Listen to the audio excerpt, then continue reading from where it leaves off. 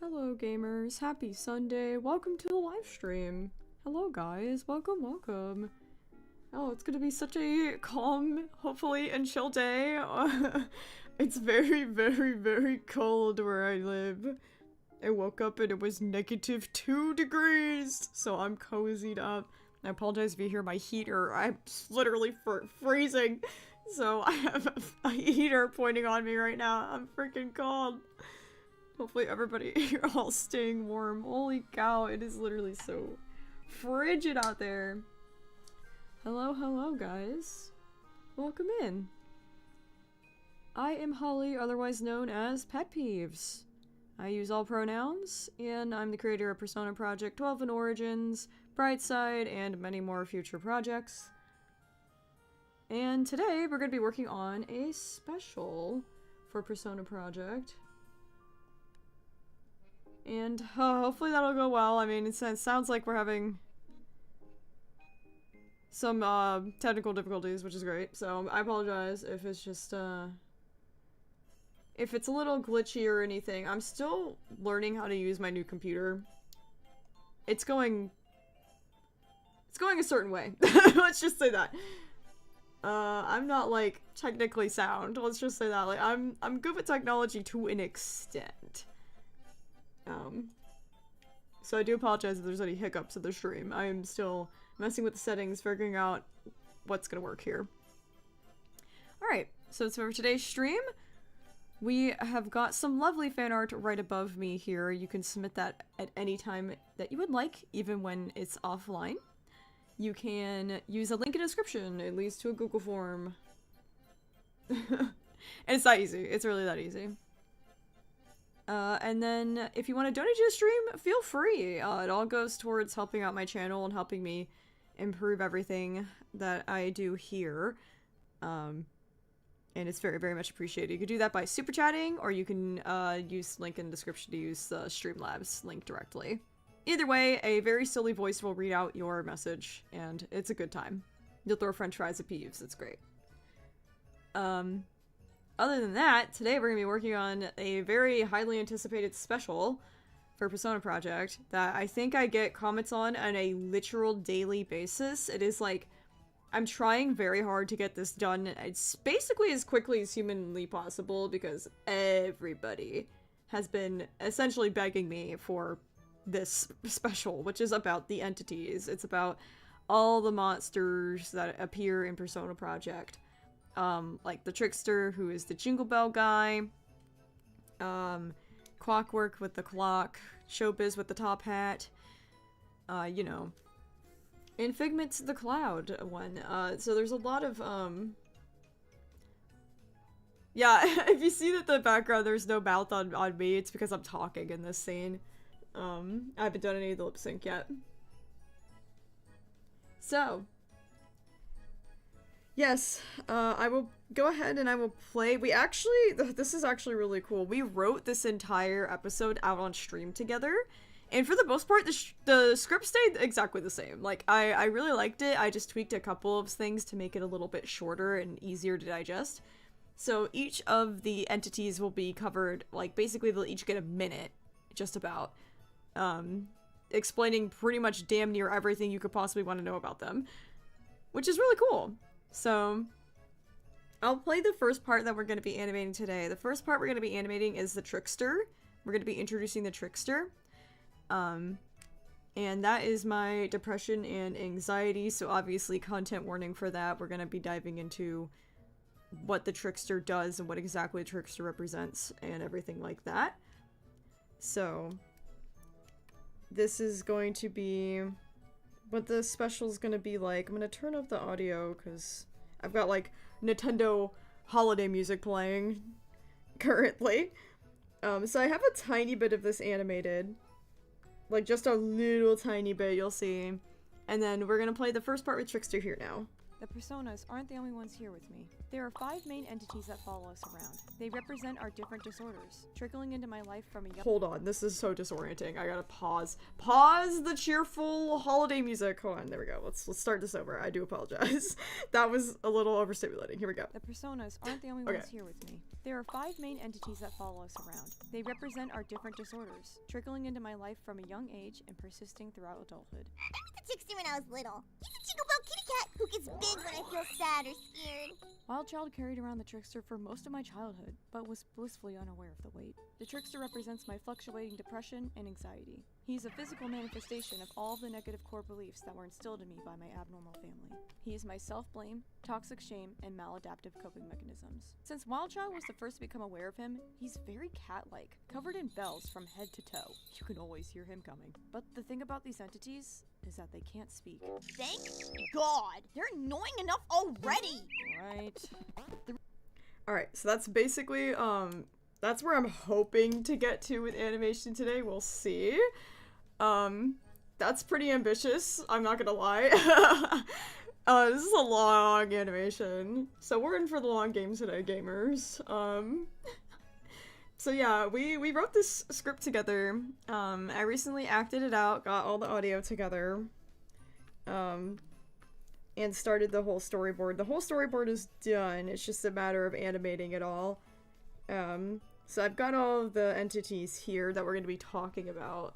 There might be more entities in the future. I haven't really delved into that idea yet. This is just everything I've been diagnosed with.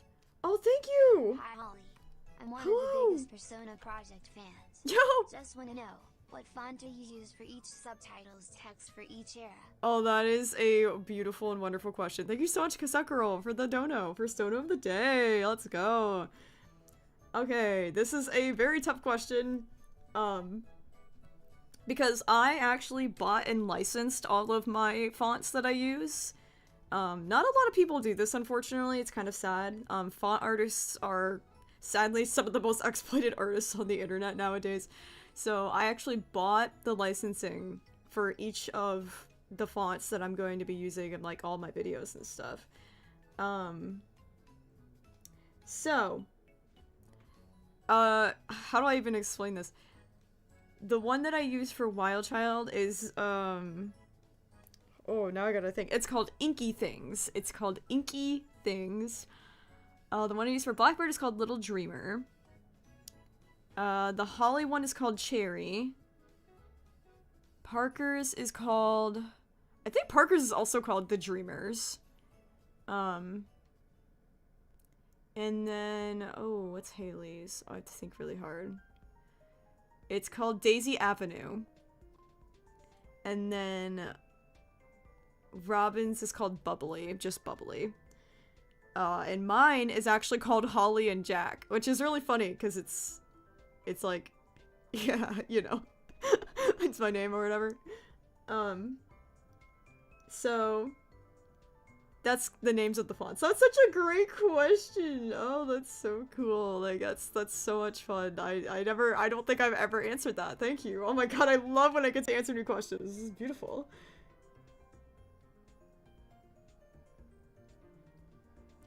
Hey man, we're not talking about the eating disorder stuff, so like, please don't bring it up if I'm not talking about it. It's not a fun subject for me. It's just not, man. Please be kind. Please be gentle. I've had a really long, very, very long week, and I'm honestly quite exhausted. And I might be a little more irritable today. I'm in pain. I have chronic pain today. I'm struggling. The weather is taking me out a little. So, please be kind. Okay, so yeah, we're basically gonna be, this is honestly, mostly this beginning section is actually gonna be focused more on Wild Child, which is really fun. And what's really cool about the way that I storyboarded this is that I really want there to be a box that pops up, and tells you what episode, like, of Persona Project that these, like, things happen that we're talking about. Where Wild Child says, I met the Trickster when I was little, and it'll say, oh, episode blah blah blah Persona Project, encounter. So you can go and watch the actual episode that is being referenced here, which I think will be really cool. It'll just be really cool. So right now we're going to animate the first layer, which is the back layer. So this is going to be all of the stuff that's going to be happening in the, like, very, very background of this scene, this here. Yeah, goodbye Sloth. That's, yep, it's the one with the snake episode. That's the one where Wildchild actually became aware of the Trickster. Oh, yeah, great! Oh my god, great questions, guys! Thank you guys so much for the great questions today already. Willow asked if we can get updates on my current life. Yeah, that's a great question. Oh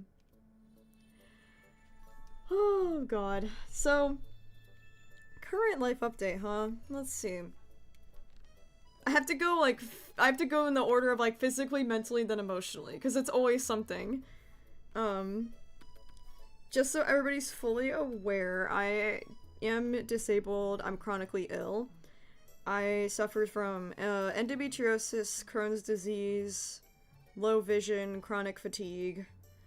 And those are kind of like my main ones. The Crohn's disease right now is getting better. I actually just recently got medication for my Crohn's disease. For the first time in my life, I'm actually medicated for it. Which is the best news ever, like, genuinely, because I went most of my life just being gaslit into being told that I was fine. Turns out I have a lifelong inflammatory disease that's just been running rampant through my body for, you know, 27 years now, which is bad, by the way. Just in case anyone wanted to know, that's really bad. So now I'm finally on meds, which is great, and they're helping out a ton. I'm about to get a procedure done for my endometriosis. I'm a little scared of that, but once that's done, I won't have to take medication for that, because the medication I'm currently taking for my endometriosis is really bad, and it's messing with my mental health extremely badly. And it's really scary, so I really want to get off of it. And so, yeah, I'm about to get a procedure done for that in, like, January, February. I'm currently in physical therapy, and that's been one of the most grueling things I've ever gone through in my entire life. Oh my god, this is the longest story short, I swear to god. Last year, about the same time when I went viral, I actually started to go blind. I'm not even joking, I started to go blind, and I had to get emergency eye surgery, and that eye surgery, unfortunately, really, really, really messed me up. In a bad way. Like, and so, I'm just now getting basically physical therapy for a surgery that happened over a year ago, because none of my doctors seemed to understand why I couldn't walk anymore. Basically all my muscles just kind of fell apart, because I was essentially sleeping a ton. I was, like, sleeping so much, because, like, when you get eye surgery, there's literally nothing else to do. You can't even see, you can't even play on your Switch or your phone, like, there's genuinely nothing else to do but sleep it off, because you are blind. Legit. So, I spent a lot of time down. I was in my bed a lot, and I basically lost the use of my legs, over, like, the entire year of this happening, and I was really, really sick with Crohn's, and just, like, everything was reaching its peak during this summer, and I ended up going in for a colonoscopy, MRIs, every test you can possibly figure, and they were like, yeah, this is just some chronic fatigue, you got Crohn's disease, and you never recovered from your eye surgery, and I was like, holy crap. So I guess I just never recovered from my eye surgery. Like, I still can't see, by the way. I just got new glasses, I still can't see. I still have double vision, it's permanent, I'm totally messed up. Money for marshmallows for Clockwork and Blackbird to roast over the campfire smile. Aww. The marshmallow running gag relates to the last episode. Right, Mel? It was so beautiful. Thank you for the dono, dude. No, hell yeah. That episode literally warmed my heart. It was so fun to animate. I love animating fire and fireworks. It was just really nice. It was fun. I'm glad everybody's enjoying that one. So yeah, after that surgery, I just like went down really bad. And so I'm just now starting to like get my life back a little. Which is just like just so hard because like I'm more frustrated that like none of my doctors essentially listened to me. You know, AFAB issues, am I right? So no one listened to me, and of course, oh my god, wait, you've had this whole thing going wrong with you this entire time. No wonder why you can't walk. And I've been a wheelchair user for the past year or so. So I have use of my arms and everything because I've been wheeling myself around, which is, you know, a little extraneous in some ways.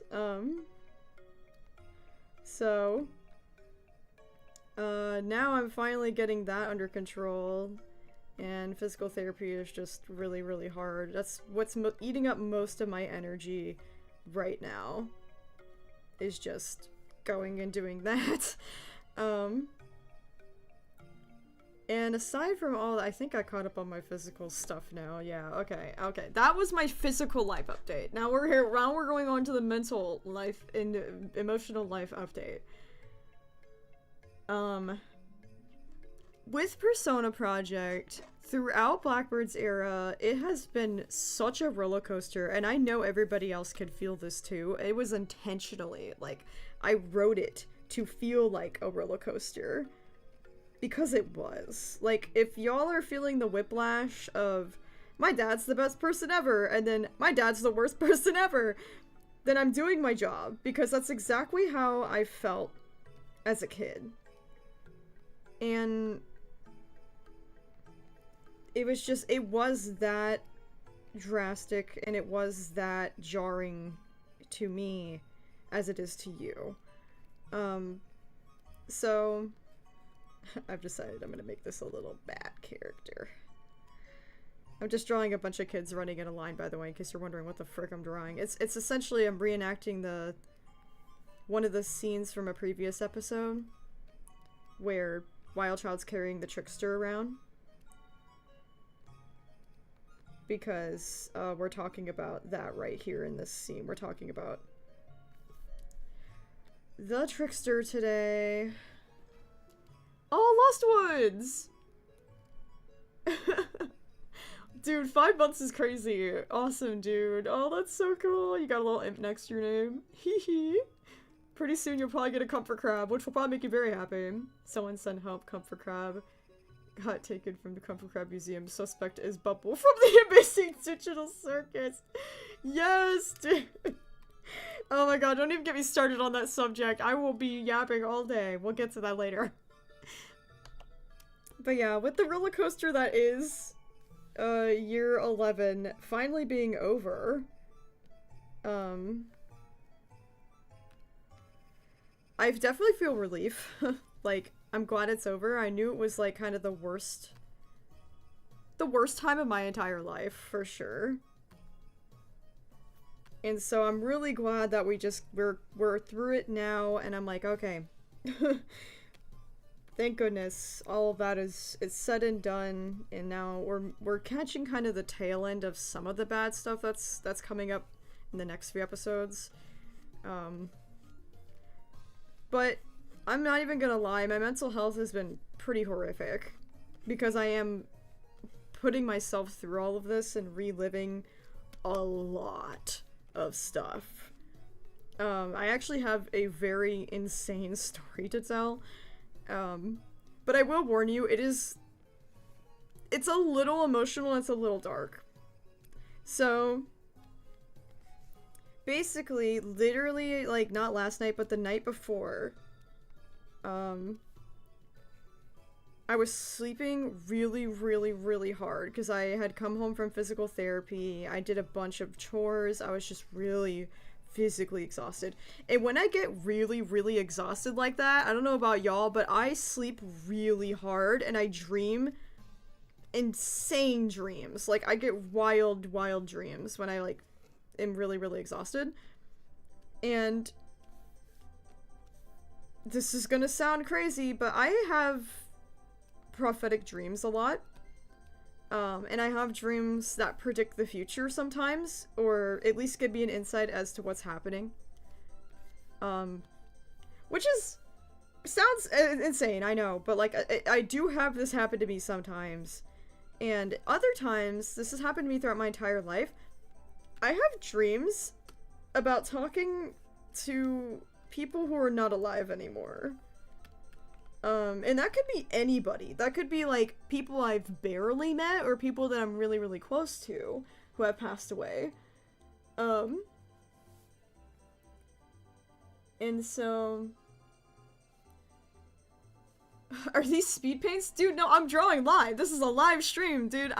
Look, I will write, I'll write something very specific. I'll write popcorn XD on the screen to prove that this is a live stream. I'm drawing this live in front of you currently right now. This wouldn't be a speed paint if I was drawing popcorn XD for no reason. There you go. Vessel of Abaddon. I'm sorry if I completely butchered that. It really depends on what you're watching on my channel. I at least think, like, children should not be watching anything on my channel. I know that some of my animations can be really cutesy and fun. Like, my animation memes, sure, kids can watch that, whatever. But when it comes to my actual shows and cartoons, they're definitely more directed towards a teenage or adult audience. Like, preteens, sure, but definitely more of, like, a teenager adult range. Especially 12 in Origins is definitely more preteen teenager, a little more childish. But Persona Project's 100% directed for adults. This is not meant to be something for children at all. Because it's handling so much of my life. And my life has not been easy, and it's very intense and heavy. But yeah, basically, this dream that I had the other night, I woke up absolutely sobbing my eyes out, for one thing. And I know this is gonna make some people in chat freak the hell out, and I do apologize. Spoilers for my life. I got to talk to Jim, who is no longer alive. And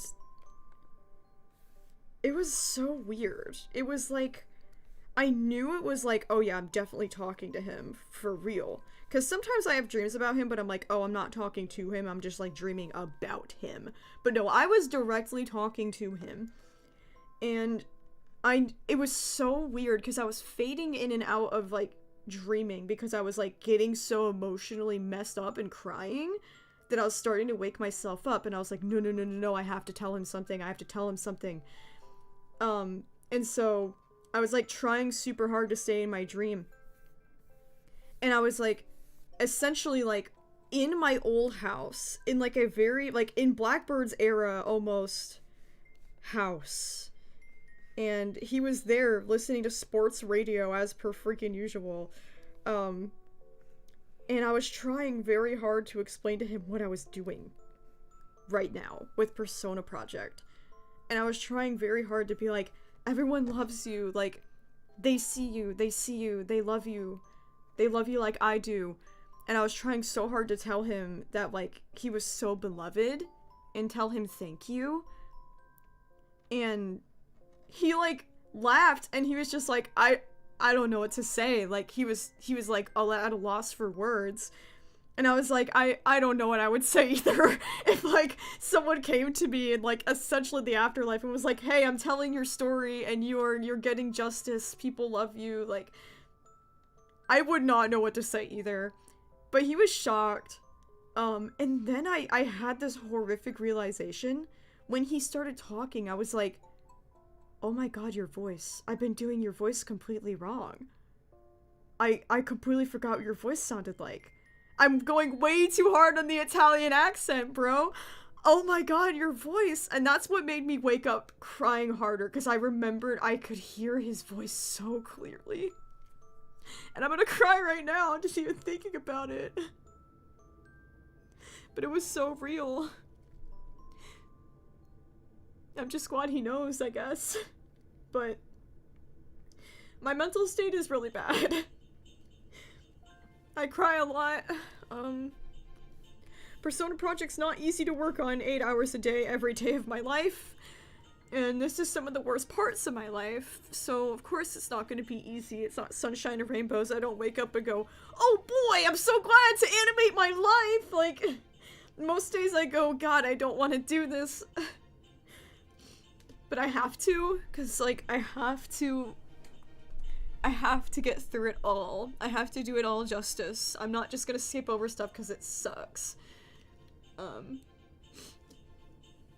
So, oh, I can't draw and I can't see. Hold on. Thank God I've got my, PNG tuber on today.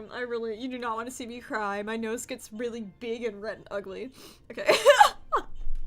Thank God there's no camera today. But yeah, hearing his voice was very surreal. And I realized I knew from, like, one moment I woke up, I knew exactly how I was gonna end Blackbird's era. I wasn't super certain. I had, like, a rough outline of, like, a script of what it could be like, but now I have an exact, clear picture. And the crazy thing is, the way I ended Wild Child's era also came from a dream. So it's, like, just a running theme, I guess, of just, like, oh, if I can't figure something out, I'll just wait for my dreams to figure it out for me. So now I know how I'm gonna end it. And I'm really, really happy about it, because I kind of had an idea, but now I've got, like, a very picturesque, crystal clear idea. And this is just really awesome. So, yeah, life's been hard lately because of Persona Project. I'm stirring up a lot of garbage in my mind, and my mind is, well, reacting any way a traumatized brain would. And it's ultimately trying to either shut down the thoughts, or dissociate, or hyper remember them to a point that I'm, like, constantly dreaming and, like, putting myself in jeopardy when I'm trying to be resting. And it's a very much a physical thing. Like, releasing a crap load of trauma from my body is so physical, and, like, I'm super glad I'm going to physical therapy right now to help me kind of get through the worst of this. But man, am I tired as hell. Like, I'm real tired. I don't think I could really express just the exhaustion I face every day. Like, if you see 200 episodes of Persona Project and you're like, damn, that's a lot. Dude, that's only, like, 2 eras of my life. You don't even know the stuff that's in my head every day, but you will. You'll get an idea. Obviously, I'm being very thorough here, but, like, the stuff that I hold on to every day and have to walk around and just carry in my body and mind and my spirit is just, it's hard. It's rough. And stirring it back up is even harder. Because it's making it more real. Because, like, my natural instinct is to dissociate. Pseudo-Woofy, absolutely pretty much everything I do comes from my dreams. Every story I've told comes from my dreams. It's crazy. I get the best ideas when I'm asleep. It's really funny. Some people get them in the shower. I get them when I'm sleeping. Oh, goodness.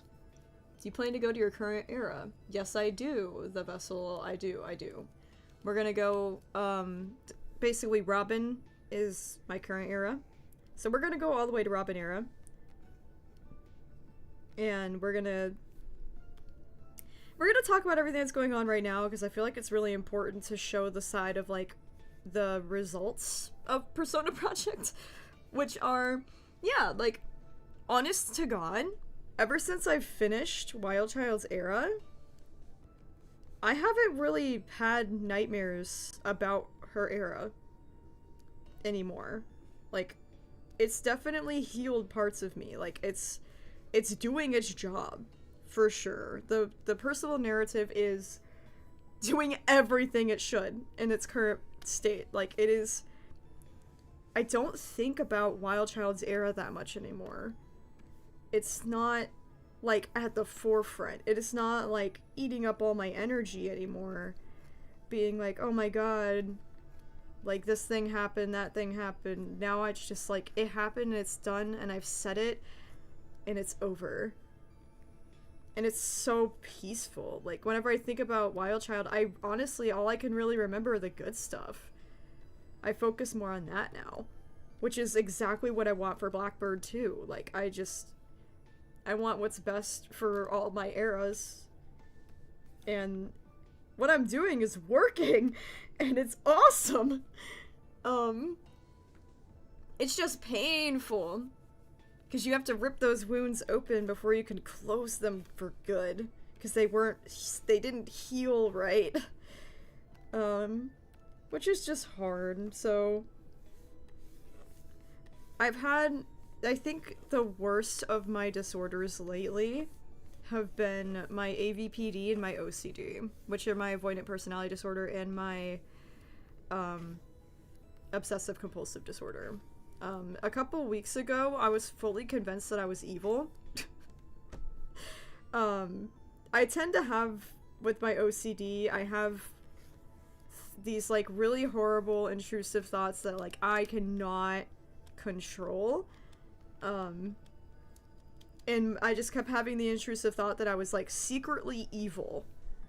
And that everybody is gonna find out and they're all gonna hate me when they find out just how evil I am.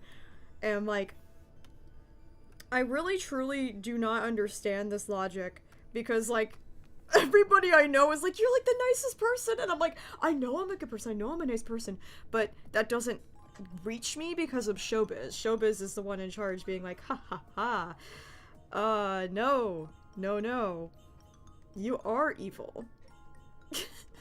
Even though I've done nothing to prove that.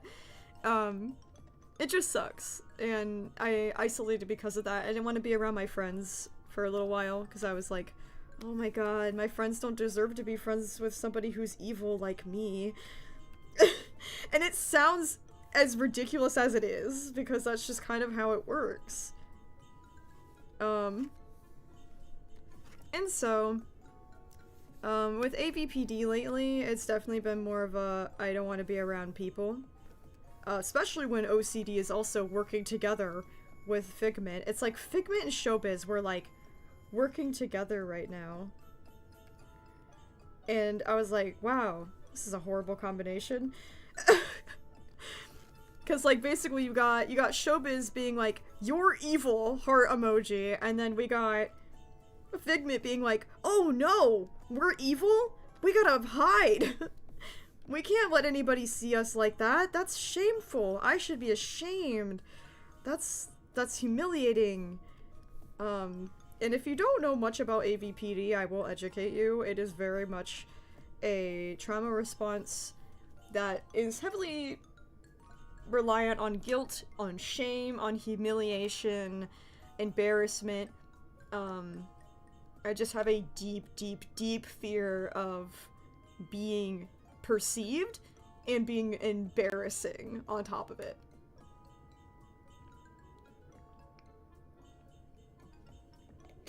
So I hope that, Pseudo-Woofy, I hope that answers what AVPD's kind of like for me. It's very much like a trauma response for me to isolate and avoid all human contact as much as possible, and instead I find more safety in characters and stories and things that are not in actual reality. I would much rather just dissociate. I spent a good chunk of my week this week laying in bed playing Animal Crossing, because I knew that I had big feelings I needed to tackle with Persona Project, and instead of just getting it over with and crying like I needed to, I was like, oh, crying's so embarrassing. What if somebody sees me even though I'm completely and utterly alone? Nobody's going to see me. I was so afraid that somebody was going to see me crying, even though no one was around, that I decided to dissociate for 5 hours straight playing Animal Crossing. I didn't eat, I didn't go to the bathroom, I just straight up zoned the hell out and was like, I'm not going to be in my body. And that's kind of what it's like for me. It's very much like, oh, it's time to leave, and I use fantasy as escapism, and I try to go somewhere else that's less painful, and that's not good. It's TV5 me. Oh, poor text-to-speech. Really tried that one. Good try, text-to-speech. Thank you, McCreeper, for the dono, dude. Hell yeah. Awesome. Thank you so much. That's super rad. It's TV time. I know what you were trying to reference, but boy, it did not. Poor text-to-speech. Oh, I just realized I'm drawing. I should have had my little whoop. There we go. Now we're drawing. Hell yeah, hell yeah. Oh, goodness. Let's see. How did I come up with the designs for the disorder? The designs are going to be heavily talked about in this special. We're going to talk a lot about it. Oh, this is really cool. I'm doing like a shot of me looking in the mirror. Which is pretty cool. We're gonna do some really cool shots here with this episode, because I'm really trying to lean into the symbolism of everything. But yeah, the designs, I can't really explain fully my design process. I know it's something that everybody like is super duper interested in and is like, oh my god, I love your designs. And I'm just like, dude, sometimes I don't know. I really don't know where it comes from. I wish I knew. I really wish I knew. But when it comes to the entities, I did at least know that I wanted them to look something akin to whatever era discovered it, right? So like for the Trickster, I was like, yeah, it would make a lot of sense if he was like this, almost like looked like a toy, like a cat, a toy. I really wanted it to look like an abstract Saturday cartoon kind of being, because my inner child was the first one to experience depression and anxiety, so it makes sense if it was something akin to that. And so I kind of played around with the idea of like, yeah, I know it's gonna be a cat. Whatever it is, it's definitely gonna be a cat, because I was cat obsessed.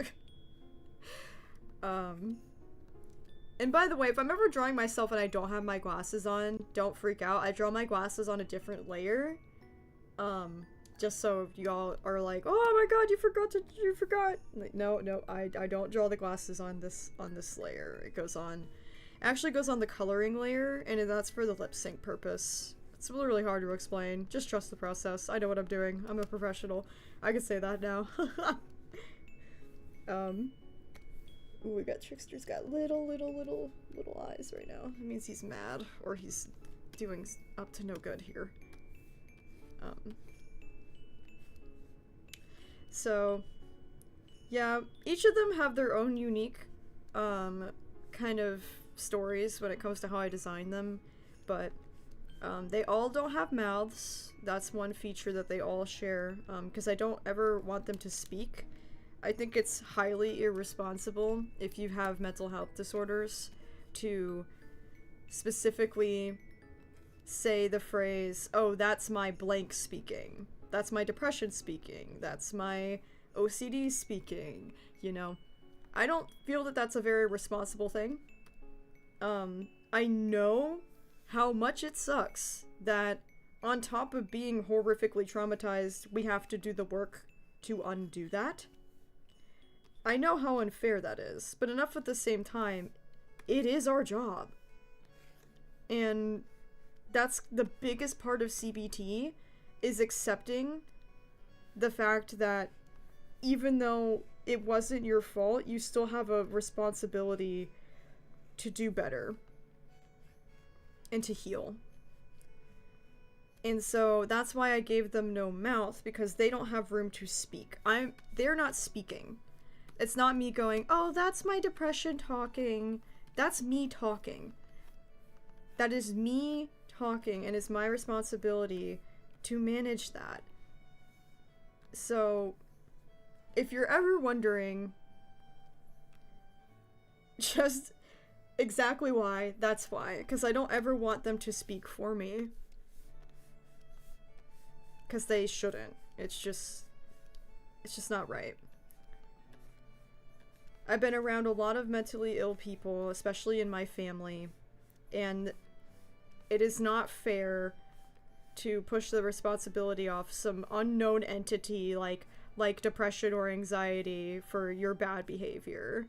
You know what I mean? That's just my honest to God opinion. You can disagree. If it helps you to say, no, my depression and anxiety is separate from me, I am not my depression and anxiety, then great. However that helps you cope, wonderful. It's just not how I cope personally. I don't think it's a responsible thing to do, but that's just, again, my opinion. You are free to disagree. I'm a human being who makes mistakes all the time. So, you don't gotta, you could be like, that's a horrible take, Holly. That's dumb. And I'll be like, yep. Like, fair. Like, I'm just a person. Like, I don't know. I learn through experiences just like everyone else, so. And this is my raw, honest experience. So, yeah, this shot right here, is me holding an ice cube, because that is something that, I've had to learn to do as a coping mechanism to avoid, more drastic things. So this is, the Trickster's kind of eyeballing me doing that right now. So, as far as their eyes go, each of the entities have different eyes, which is cool. So, example, the Trickster has two, because the Trickster represents depression and anxiety, so two things, so they have two eyes. And then, you know, Clockwork has four, and Clockwork has 4 eyes for PTSD. Showbiz has 3 eyes for OCD. Figment doesn't have eyes at all. She's blind because she's dissociating from everything. She doesn't see everything clearly, so she doesn't have eyes at all. And so I put a lot of thought into that, at least with the eyes, because eyes are the windows to the soul. And when it comes to character design, eyes typically tend to be really important. So I wanted to make sure, since they didn't have mouths, that they have eyes, because that's how they're gonna emote the most. And that's kind of where that came from. I'm actually drawing myself on the floor too. Usually one of my coping mechanisms is also to lay on the floor. Whenever I want to do something bad that's harmful to myself, I often just lay on the floor and make myself extremely bored. So I'm laying on the floor with ice, because this is talking about maladaptive coping mechanisms, and what the Trickster is tricking me to do.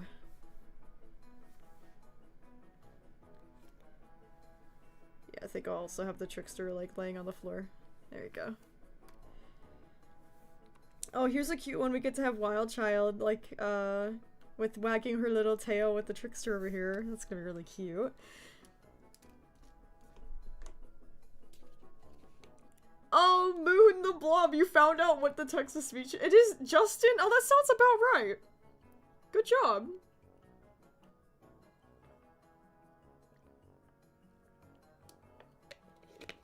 Alright, so. Oh boy. About the colors I chose for each of the entities, when it comes to anxiety, all I could think about in my mind is like orange and red. Orange and red, these bright, noisy colors. And for depression, I think of stuff like blue. Just like a calm, kind of quiet color. And so the Trickster has both, because, you know, depression, anxiety. And I realized the music for the stream is just really unfitting, and it's really fucking hilarious. I'm sorry, it's killing me. I'm like, anyways, depression, anxiety, and it's like, ho ho ho, Merry Christmas. It's just so uncanny. I'm not turning it off because it's really funny. It's helping me cope through this. I cope with humor. Anyways, So, for Showbiz, I went more of the hot pink, like the brighter colors again, because, if you didn't know, OCD is actually an anxiety disorder. It's very much rooted in anxiety. And so I wanted them to look really similar, the Trickster and Showbiz. They got a lot of spots and bright colors because I really want their little patterns to match depending on what kind of disorders they are. Actually, if we take like a quick look at this, you can see where I kind of implemented this. So we have just like a little bit of anxiety on each of them, kind of except for Figment. You get a little bit of the spots on Figment too. But I really wanted the stripes to be more of the dissociativeness, and then like there's like the plain colors to be more depressive. So for complex post-traumatic stress disorder with Clockwork, I have a lot of the plain colors without patterns, and a little bit of anxiety involved. But like the Trickster and Showbiz are really, really similar. But with PTSD, I decided to give it its own category of like color of green. And how each of the entities has a little bit of green on them, just because they're all kind of rooted in the same thing, which is my traumatic childhood. And obviously all their eyes are green because my eyes are green. They are a part of me, whether I like it or not. And that's just like, while they don't speak for me, they are still a part of me, and that's why they're here at all. But with Figment, I went purple because it's kind of a blend of both anxiety and depression because it's its own category of dissociation. And it has a little bit of everything kind of Mod Podged into him. And then, the eating disorder, Collywobbles, is very blue and red. It's just like, my coloring and everything I do with my colors is very, very intentional. If you can't tell, character design is kind of my passion. I have so many videos on it, it's ridiculous. I can't stop designing characters. Oh, thank goodness, that was obnoxious. I love holiday music to an extent, but I'm just such a Grinch most of the time. I'm just like, God, this is annoying. I just thought it'd be appropriate to play a bunch of Jingle Bells, because most of my little entities, I use Jingle Bells sound effects for them. That I actually recorded myself, by the way. In case you ever wonder, I recorded those Jingle Bells. I have very specific bells for each of them. Oh no, you caught that before me, thanks, universe.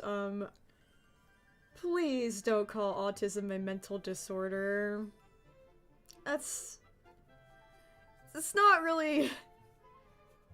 It's not the same. Let's just say that, okay? Let me put it into perspective for you.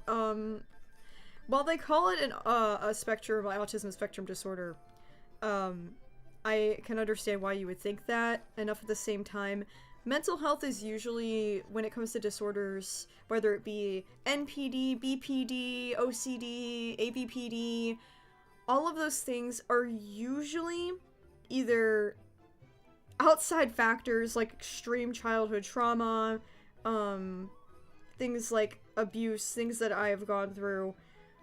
They can be genetic, like bipolar can definitely be genetic, things definitely can be genetic, but for the most part, it's mostly caused by external factors.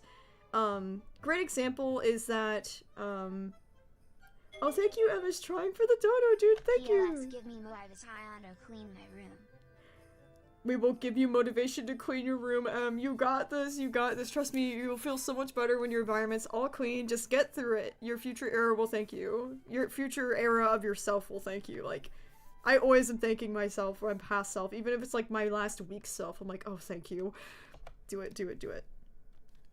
Oh, back to drawing. So, I just want to put it out there that, yes, like, a good example is that my, I'm sorry, I just looked out the window and saw a seagull. What the fuck? What? It's like -2 degrees? What the hell is a seagull doing in the middle of the city? What the? Okay, that's bizarre. Anyways, I got squirrel brain as hell today. Bipolar runs in my family, right? And any of us could have been predisposed to being bipolar. But it's one of those things where it's kind of remaining dormant in my body. And when a traumatic event possibly happens, it could just straight up cause it to flare up and I could just start having signs or symptoms of this disorder, right? And this happens to a lot of people who have mental health disorders that run in their family. It's that, yes, it's genetic, but enough at the same time, it usually has to have some sort of catalyst to activate it, at least in my experience. I could be completely wrong. If I'm wrong, I'm wrong. I was starting to get a degree in this, and then I stopped going to school for it, but I genuinely was going to school for this stuff, not even lying. I was very much into abnormal psychology when I was in college, and this was something I'm obviously very passionate about. But with autism, this is genetic, and it is not caused by an outside factor later in life. You can't just become autistic. You just are autistic. The media loves to spread misinformation about autism and say that, either medicines or vaccines or even iPads can cause autism.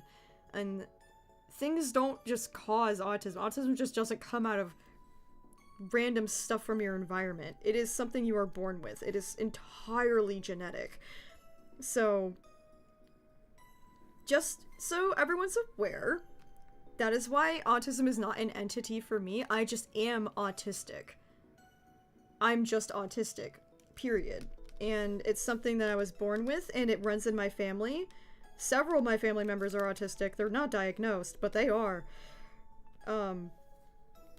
And it is not something that I feel is a disorder either. It is not something that is, quote, wrong with me that needs to be healed or corrected.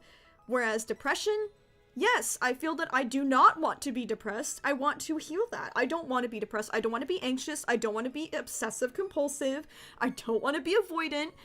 I don't want to have PTSD. Those are things that I'm actively trying to heal. I go to a therapist for, I go to doctors for, I have medication for. Autism is not something you need to fix. It is not something you need to heal. It's not something you need to medicate. It is not something you need to erase. So the motives of these things purely is why autism is not one of the entities for me, because it is a part of me, and it is not going away. It is not something I even want to go away. It is a part of me that, frankly, I love. And it's something that I've embraced about myself in my adult years. When I was a kid, I used to be self-aware and not like it, and I was very aware I was different from everyone else, and it was hard. But nowadays, I have found that it is some of the best parts of me.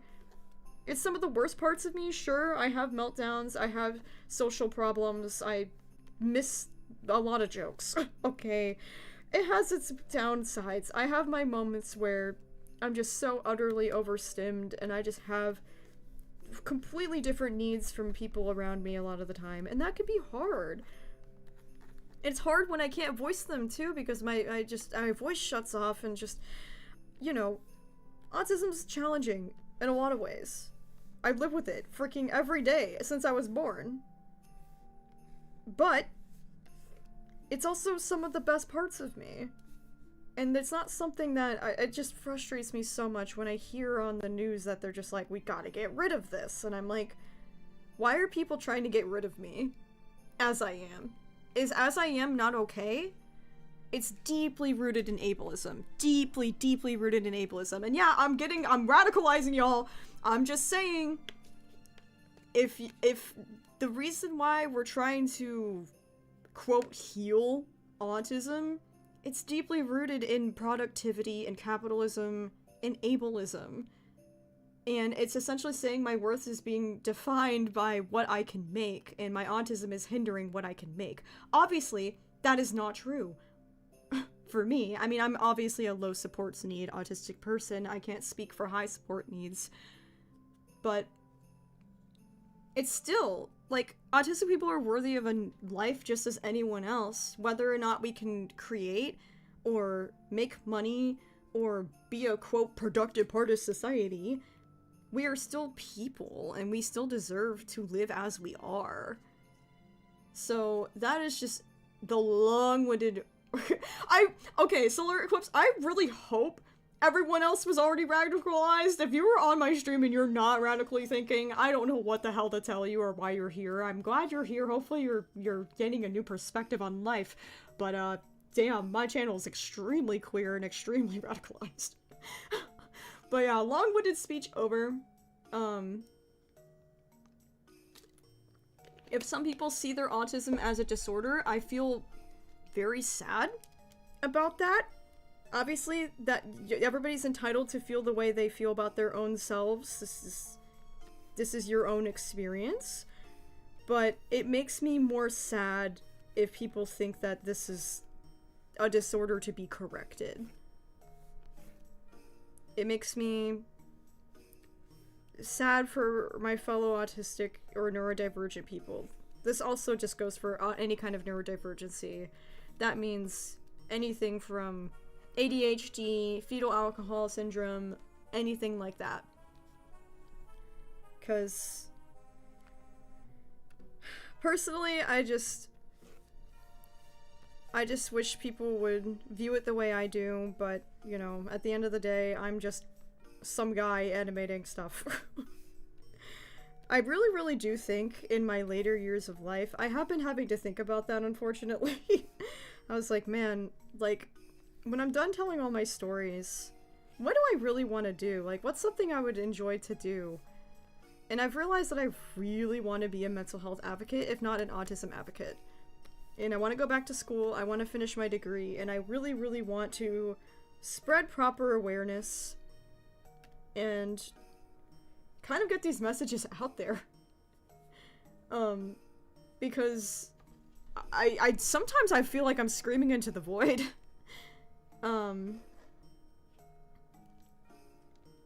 So... Oh, sorry, I'm just so- I could talk about the subject forever, because obviously I'm very passionate about it as an autistic individual. It is just, yeah.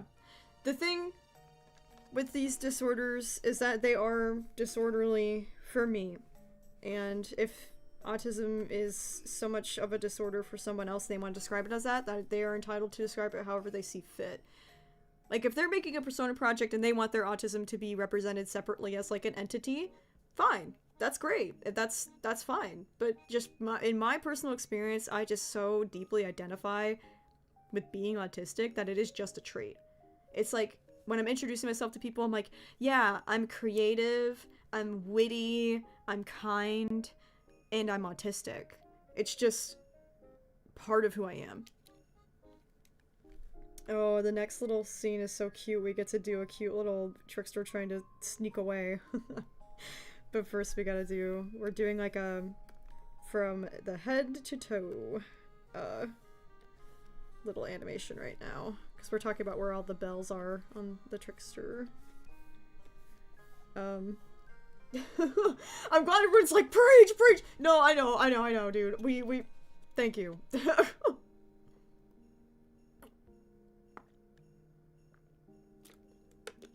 Thank you, universe, yes. Like, everything I just said about autism goes for neurotypical people too. Like, it's not easy being neurotypical either. Like, it's just not easy point blank. So, like, why are we giving everyone a hard time? You know what I mean? Like, it's already hard enough. Everyone's having a hard time. Like, it's just that being neurodivergent, you're kind of in a marginalized group that's being either preyed upon or oppressed a lot of the times. Or exploited in the worst cases. So, that's the only difference, really, is that neurotypicals, the society is kind of built for you more so than it is for us. But it's still not a walk in the park either. So, yeah. I guess that's another good way to put it. Like, if you wouldn't put your neurotypical self as an entity in your own, like, persona project, like, why would you put your neurodivergency? Unless you genuinely look at your ADHD and you're like, hello, my little ADHD creature. Which is fine. Like, it's fine. Like, it's not for me to say, but I can share my opinions, but at the end of the day, they're opinions. Heal however you see fit. But I would just, when it comes to, like, a project like Persona Project and your personal narrative, viewing yourself as yourself is a bit important. I'm trying to draw little, Trickster's little showing off the boots. Yes, boots! Mama boots! Here we go. Drawing the Trickster is really fun, though, I have to say. Humaning is hard. Thank you, Witch Hazel. Couldn't have put it better myself.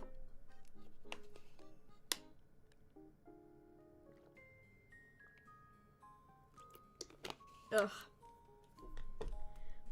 Oh, Superstar, dude. No, like, as a kid who was basically thrusted into a world being told, yeah, we know you're autistic, but we're just gonna pretend you're not because it's easier for us. And being told that there's something, quote, wrong with me, every time I was, you know, showing my autistic self and why it took so many years for me to unmask. And I'm still having trouble unmasking to this day. Like, I see you, dude. It sucks. Like, I've been there, and now that I'm at this point where I love all parts of myself, it's so much easier. It's so much easier over here to just be like, yeah, I'm autistic. Instead of being like, oh, I don't know why, I'm suck at everything, because I was holding myself to neurotypical standards when I wasn't not neurotypical. It's like, the main, like, part of Wild Child's era that you can see throughout the entire era is the struggle of trying to just not be myself. And, like, Blackbird's obviously struggling with it too, a crap load. Like, it takes most of my childhood and teenagehood to finally realize, oh, wait. And then I finally... That's such a silly frame, look at him. He's sneaking. He's sneaking. Oh, it's show business, baby. 100%. I'm not saying autism is not a disability. It's 100% disability. Like, it is a disability. 100%. Oh, I'm gonna use what, oh, I'm completely blanking on the name, but I follow a bunch of autism advocates online. I'm forgetting her name, but she's awesome. But she says she has a great phrase for the autism community, and it's called, don't hear what I didn't say. I've been getting a lot of that on my channel lately, and it's very irritating. Just because I didn't say something, or, you're kind of picking up on something that's being, like, what you think is being implied, even though it's not what I'm saying at all. Don't hear what I didn't say, you know what I mean? Like, obviously, I'm here good intention, good-hearted, and I'm not trying to sit here and be like, no, being autistic is so easy. I'm not disabled. I'm 100% disabled. Like, I'm just trying to share a little bit of that perspective. Alright. Trying to have the Trickster look extremely annoyed. now. Oh, Candy Corn? No, I love Candy Corn. Candy Corn's great. We're talking about Caitlin! Yeah, Caitlin. Caitlin or Caitlin. Yeah. That's the person I'm talking about. I absolutely love the work that they do. Oh my god. Like, just great stuff. It just... I really, really hope someday that when maybe if I ever decide to, like, retire from animation, that is exactly what I want to do. That's the kind of work I want to do. I want to be an advocate who, like, changes the lives of people like myself. What more could I think to do, like, after healing? Like, I genuinely had to sit down and be like, what is my future eras even gonna look like? Like, what's my 60-year-old era gonna look like, you know? Like, crazy, like, non-binary, like, grandparent energy. And I'm just like, what is that even gonna look like? So I had to think about it, and I was like, dude, I'd love to be a mental health advocate. Like, after all that healing, I need to share what I've learned. Like, it's only fair. If I could save someone else along the way some trouble, hey, I will take that. Alright. I love this so much. It's such a fun drawing. Will there be another meeting with Eris later? Yes, of course. I have plenty of episodes planned. Don't you worry. There's lots. There's lots. I really want to do them more frequently. I'm thinking like every other month I want to try to get one out of like 2 of the eras interacting with each other on specific subjects. I think that'd be awesome.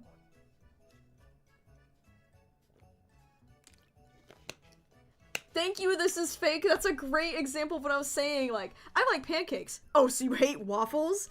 Dude, that happens to me so much. Oh my god. It's just like...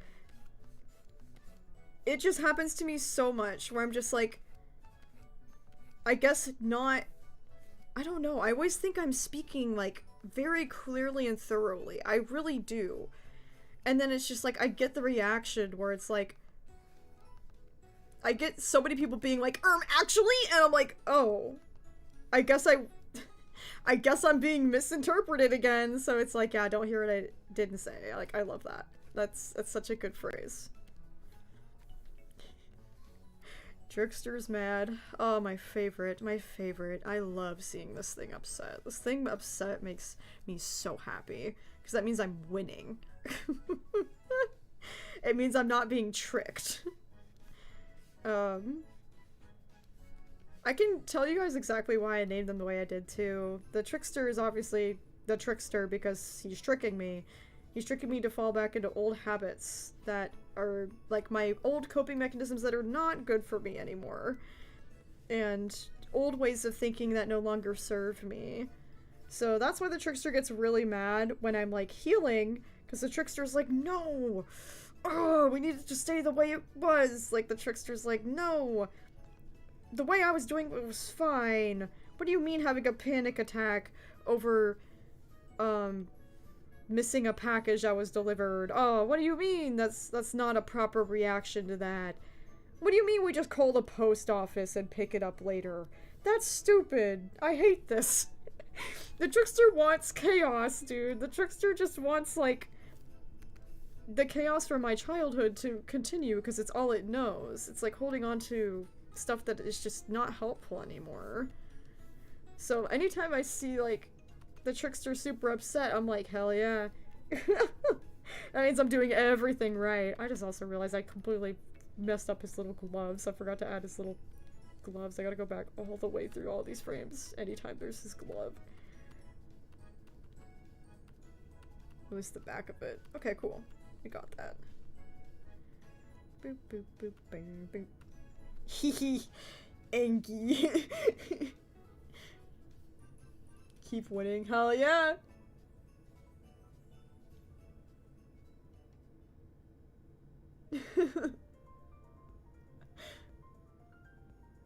Trashy Rowdy.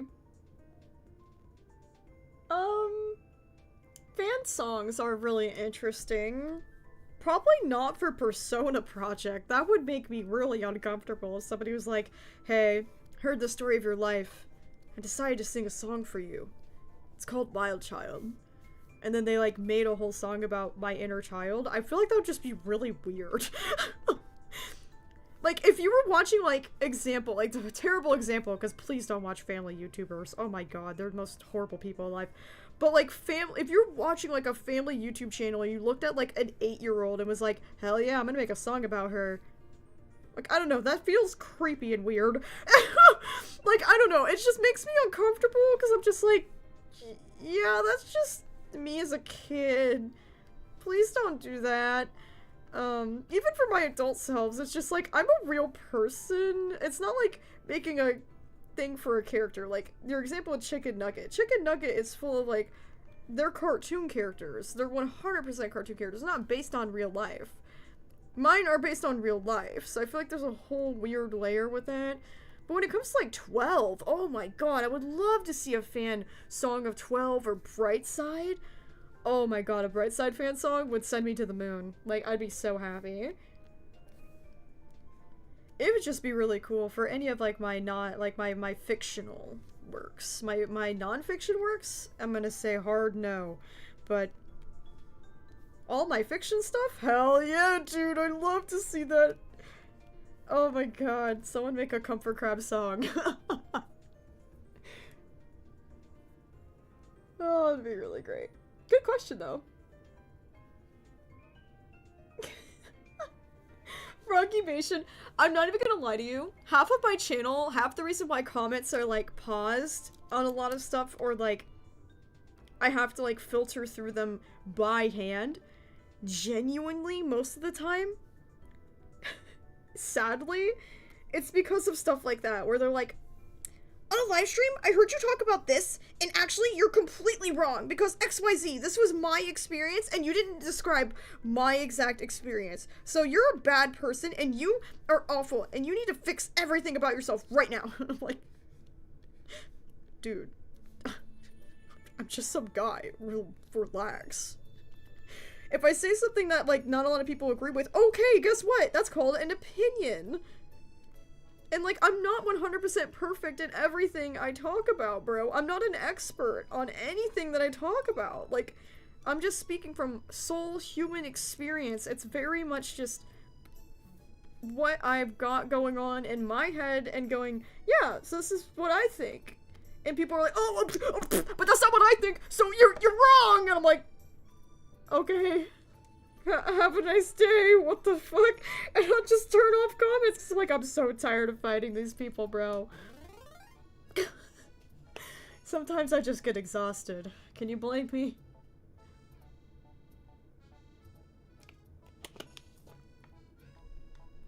Lost Woods, what do you mean be prepared to be sent to the moon? Eye emoji? Oh my god. Oh, I know, Maddie. Maddie makes Brightside stuff, and it's just so cool.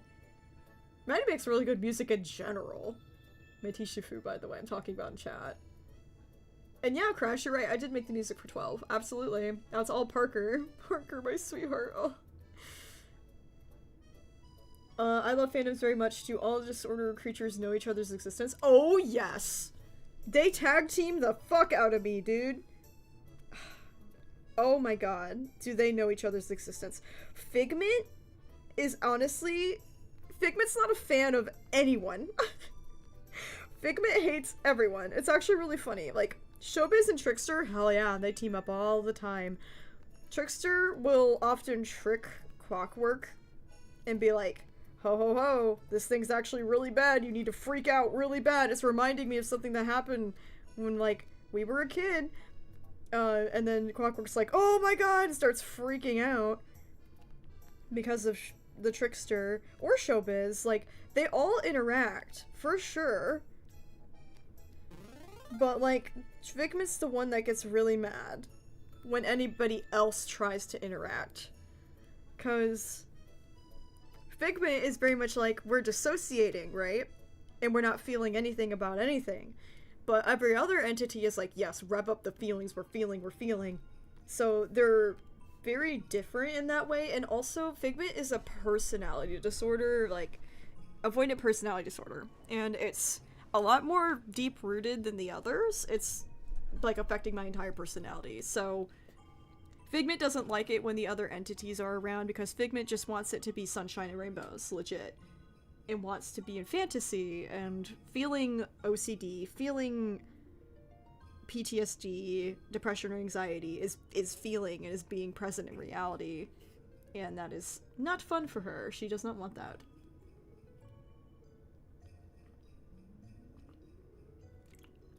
Which Hazelnut is like the possibly the funniest, most Jim-coded message I've ever seen in my chat.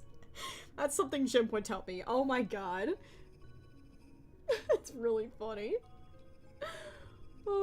Opinions are like buttholes. We all have them, but some are louder than others. That's funny as hell.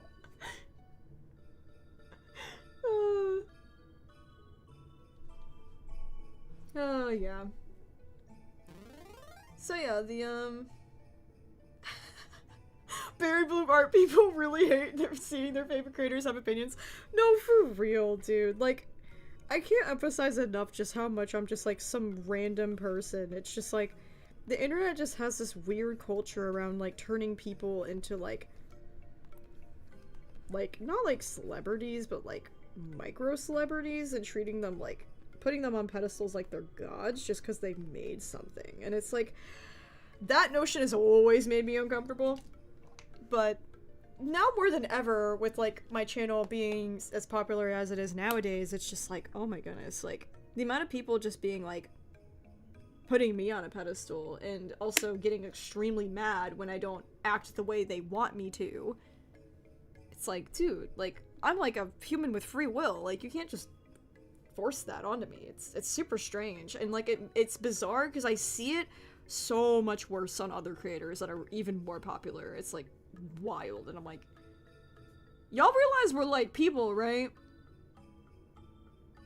Like, I mean, even when my live streams were, like, I'm showing my camera, like, my face, my actual human face, bro, people still have the gall and the audacity to be like, I'm gonna provoke you, and I'm like, dude, what? Like, hello?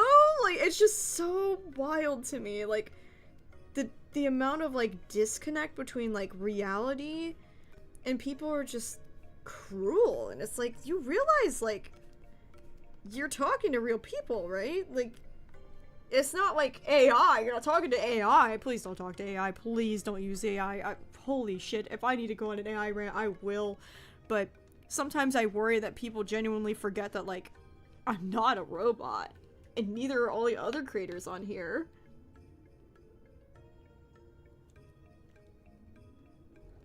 Oh, dude, Superstar Employee, such a random question, but I really do love it. My favorite Robin from DC Comics. Oh, dude, oh my god.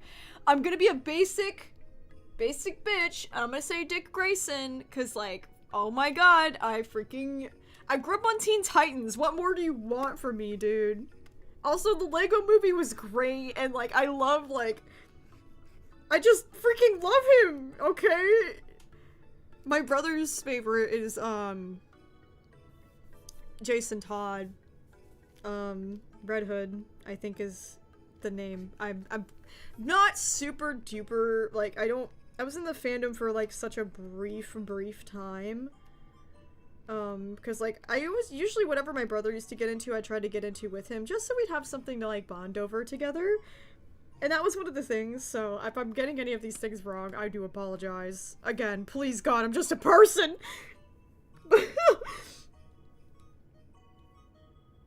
Oh my god. Oh, what entity is the hardest to design?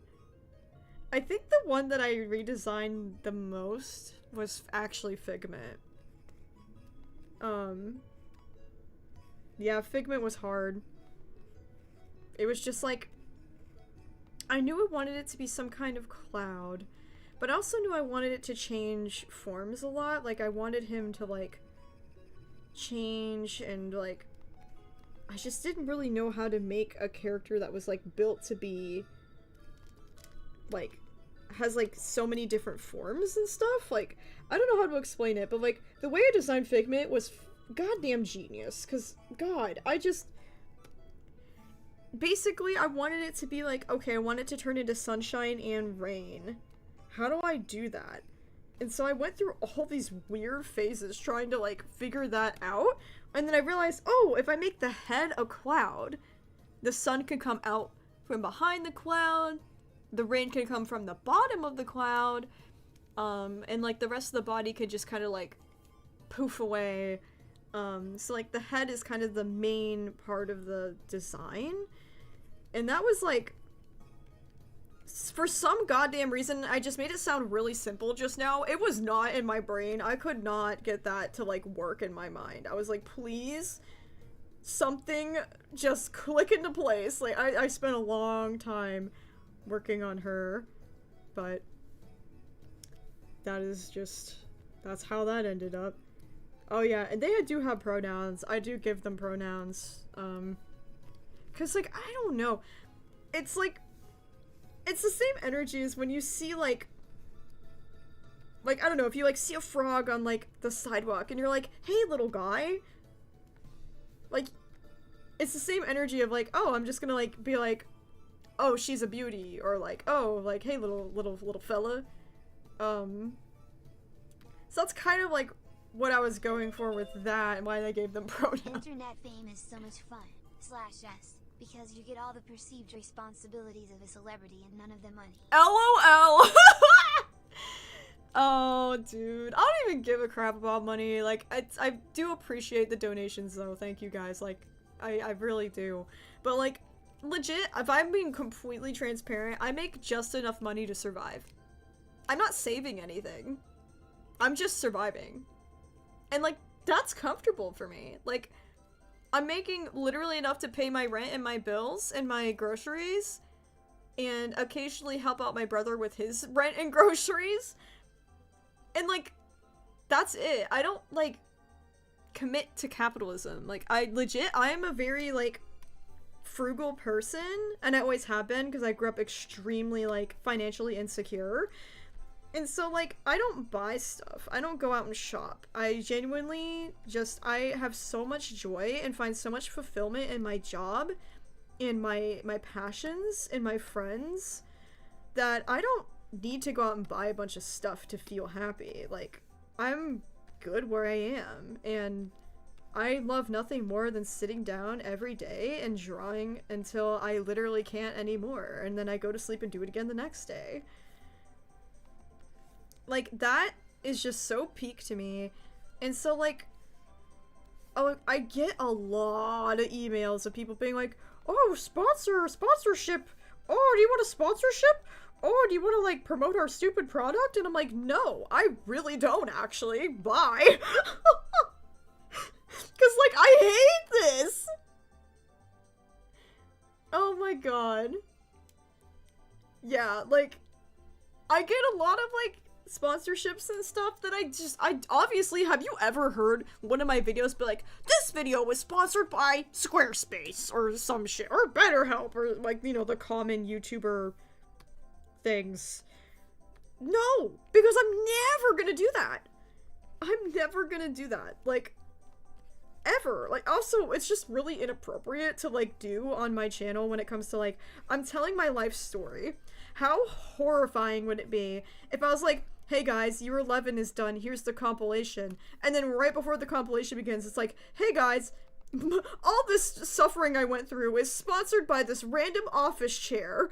Like, dude, it's like a disrespect to my art and my life and my story. I cannot emphasize enough how much I despise sponsorships and why I will never do them on my channel, even though it would make me a ton of money.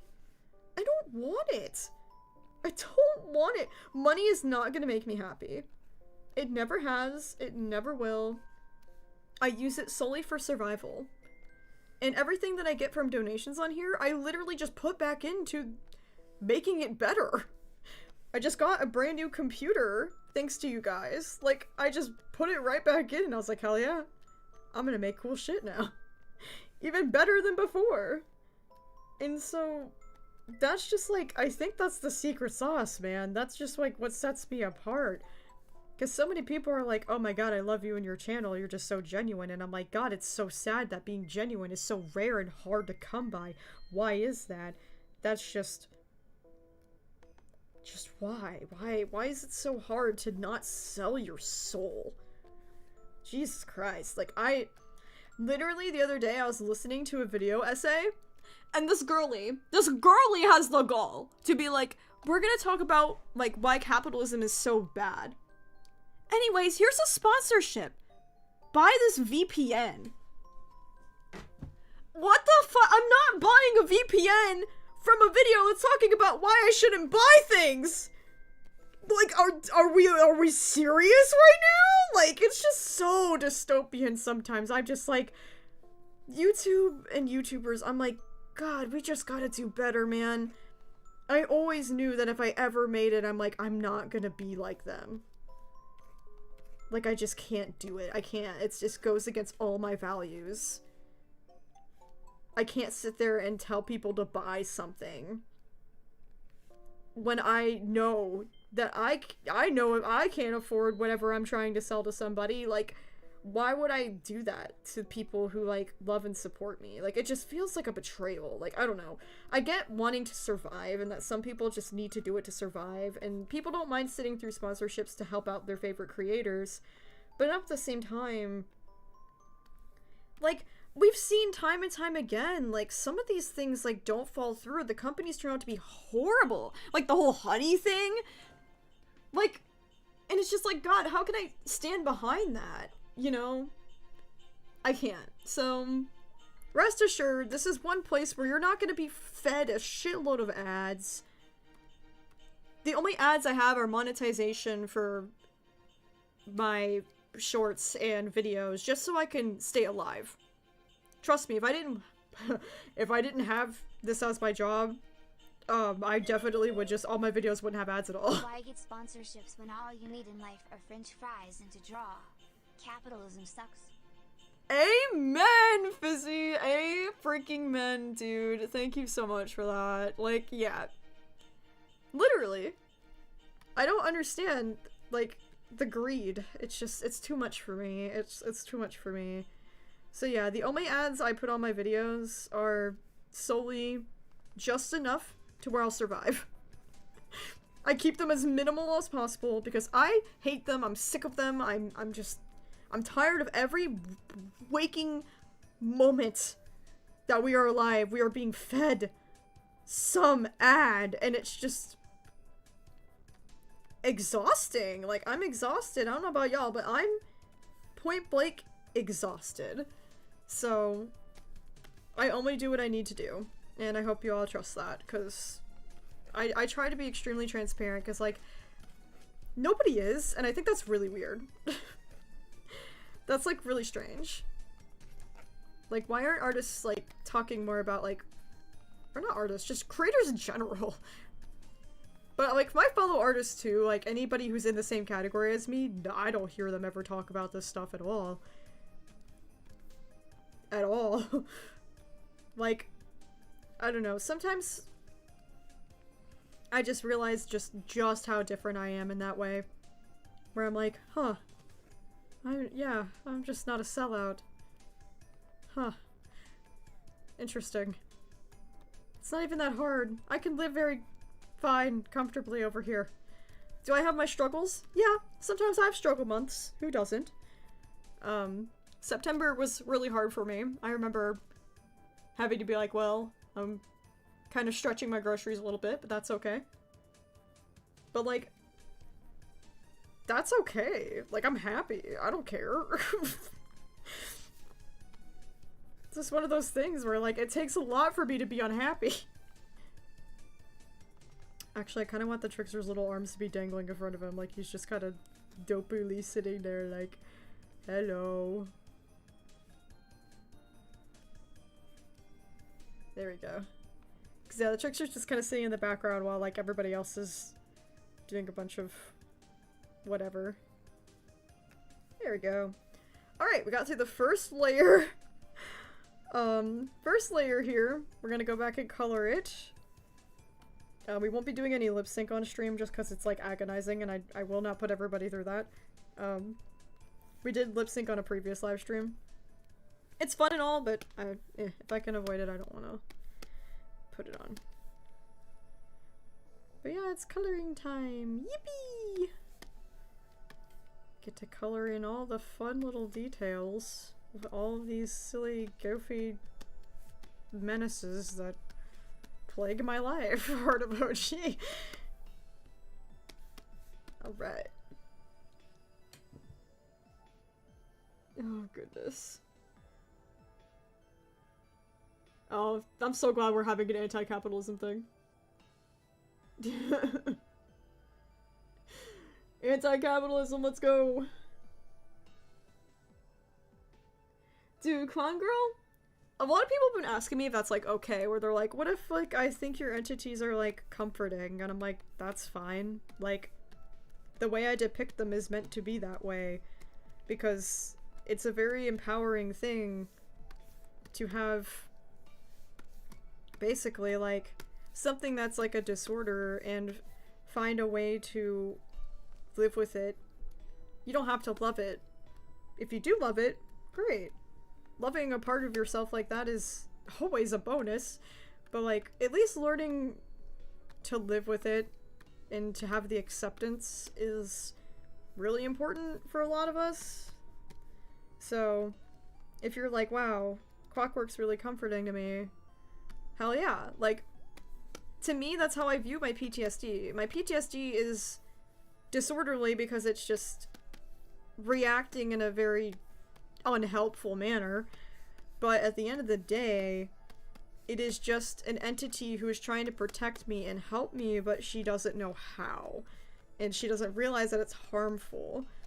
And in the past, it was very helpful. In the past, she was my comfort. She did protect me, but in the present day, it's not as helpful, and it's hurtful. And if you see yourself in that, I don't see why you shouldn't be comforted in seeing yourself. Alright, this is also going to be strange because this is a transition. So if you see anything where you're like, what the heck is going on? Like, it's just because Trickster is growing. Trickster is turning into a big problem. Literally.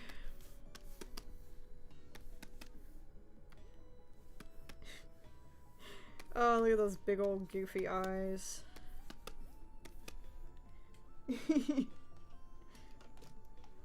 Oh, yes, dude! Oh my god, I'm so excited to hear what you guys are gonna do. How are you guys changing up how you do your holidays this year when it comes to anti-capitalism and environmentalism and everything? Because I'm not wrapping anything, I'm not buying anything.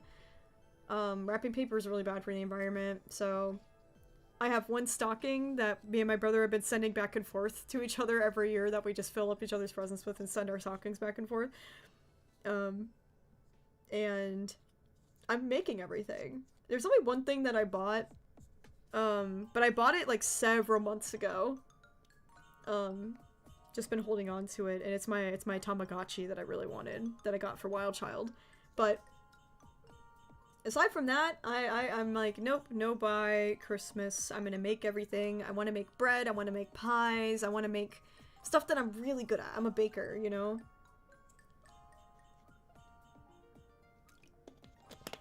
I love hearing about what everybody's doing as alternatives. I have some wise words for you guys.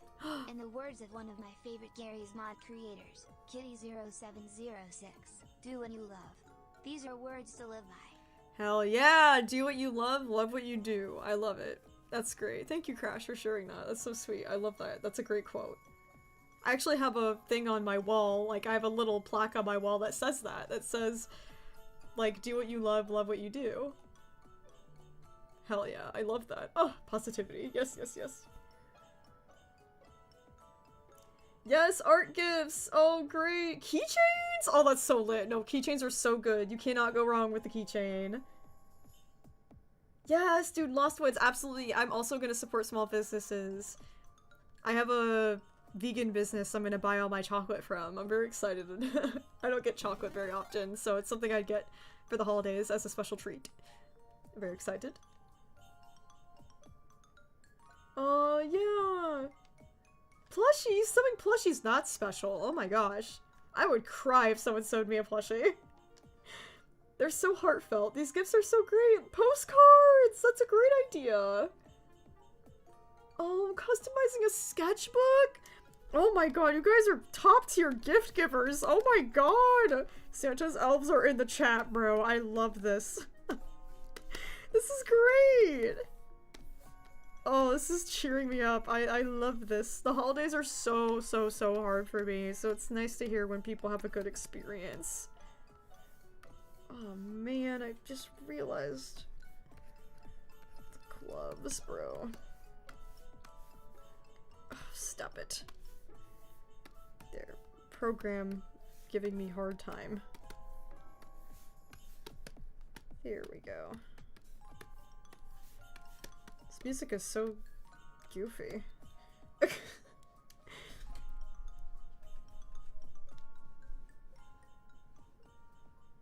Oh, so much love for Clockwork. I'm so glad. We'll be drawing her next, don't worry. Ooh. Oh, there's so much good drawing and baking happening for the holidays. Let's go!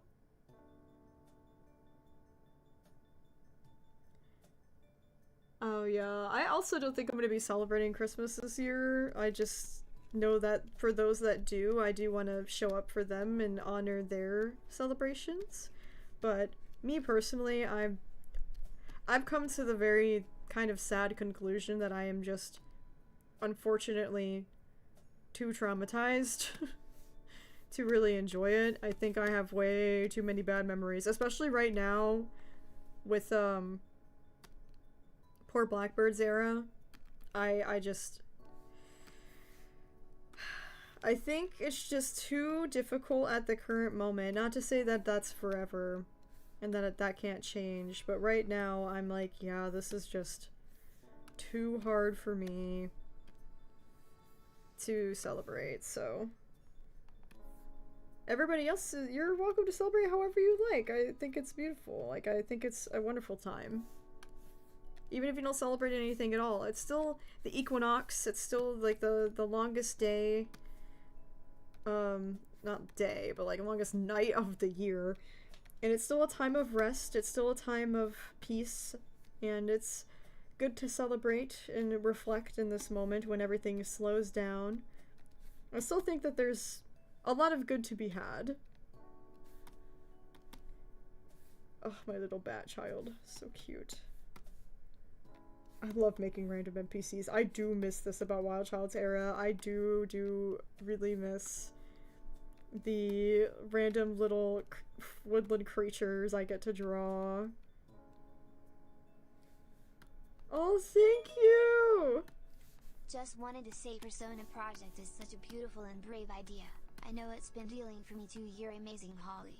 Oh, dude, thank you so much. That's so sweet. What the little freak, little kawaii. I already cried once on stream. Oh my god. Yeah, I'm so glad it's helping people.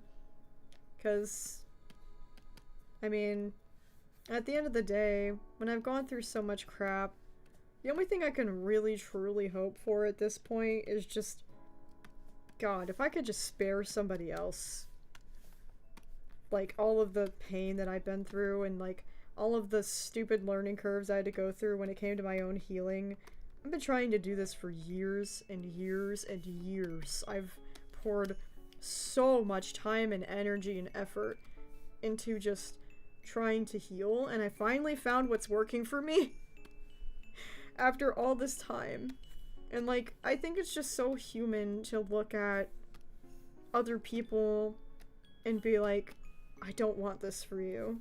I don't know you, but I care about you enough that I'm gonna share everything I've learned on the off chance that it helps you. 'Cause, like, I don't know, I've found so much in my life throughout the years that nothing is more comforting than the comfort of strangers. I have found genuinely in my life that strangers have loved me more than my birth family ever will. And that strangers are usually the kindest, most wonderful people on the planet. Do we get a couple of bad ones? Yeah. Not everybody's good. Not everybody's great. But for the general most part, I have a lot of optimism, hope, and whimsy. And I do believe in people. And that they are generally kind. And that they are good. People are good. And I stand by that. Like, I really truly do. And so that's why I try to be that in the world. I try to be like, the reason why I believe that strangers can be kind and that they're not evil and that everybody has the worst intentions, that I hope that as me as a random stranger online can prove that not everybody has bad intentions and that some people just genuinely care for you. You don't have to know someone to care for them. Like, I think that's just the most human thing ever, dude. Like, there's nothing more beautiful than, like, that human connection. Like, you're a human. And I care about you. I care about everybody. Like, even if there's, like, people, like, on the streets, I literally have to watch myself because I literally can't carry that much cash with me, or I end up giving it away to everybody I can because I see humans and I'm like, I see you and I love you and I want to make everything good for everybody, and like the world is just so big and I'm so small. So whatever change I can make, and it's a good change, I'm doing what I needed when I was younger, and like what better purpose in life than that, you know? Being the change you want to see in the world is something I very much stand by. Because it starts with your world, changing the world. Or at least I've found that.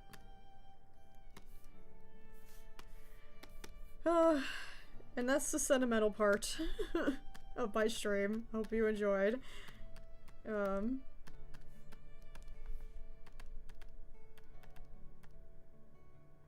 little trickster pointing out all the little... There's gonna be like a chalkboard behind him in this scene where he's like pointing out like, I'm both depression and anxiety. This is such goofy music, Jesus Christ. Yippee! Oh, I love it. Oh, let's see. Sorry, I've been looking at chat. I was yapping.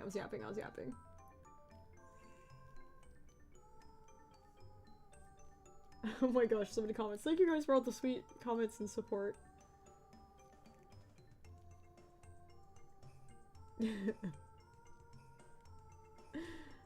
Oh god. There's so many in this chat. I'm so sorry. I'm trying to catch up. What episode is my favorite? I don't know what you mean, Charlietown. That's really, really vague, unfortunately. What episode? Are you talking about Persona Project? Are you talking about 12? Are you talking about Digital Circus? Like, you're not being super specific, unfortunately. I don't know how to answer you. I'm sorry. I don't want to, like, assume and then answer completely wrong and then everybody be like, oh, no, that's not what I meant. I'll be like, I'm sorry. I don't know. I can't read minds. Nor do I want to. Alright, Trickster. Getting really up close and personal here.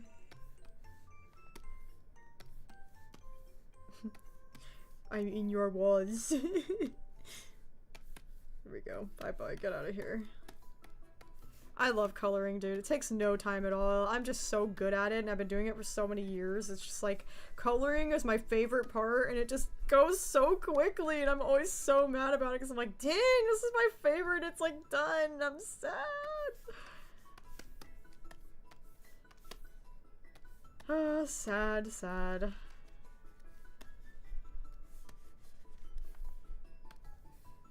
Because, like, look how fun this is. Nah. Trickster be like, you got games on your phone. No, for real. Alright. This is a great frame. Me like, oh god, it's that thing that haunts me. Oh my god, it's so funny. Sometimes my frames out of context make me giggle so hard. I'm like, this is so funny, dude. Like, this out of context is so funny. He's right behind me, isn't he? Hi, I'm May, and I really don't appreciate what your assumptions are done to my reputation. Sachikoko, I love that. Thank you for the dono. That's such a fun reference. Thank you. Yes, I love it. Digital Circus reference. Yes. He's right behind me, isn't he? Oh my god. Here we go.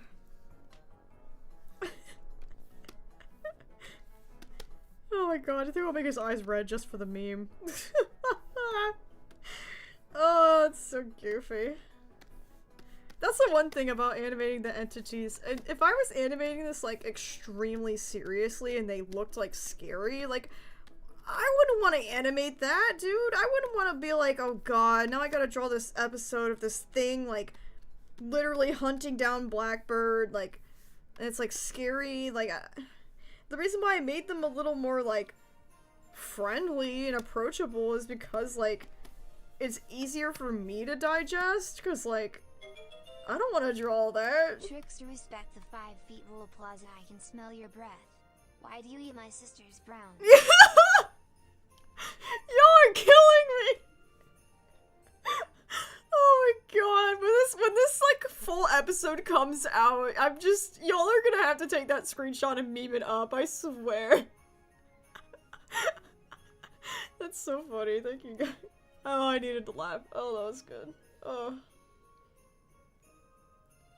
Oh, Vivo Bite, I'm sorry coloring's not your favorite. That's, to each artist their own. I swear, we're all so different, because some of us, like, love different parts of the process and others just, like, loathe.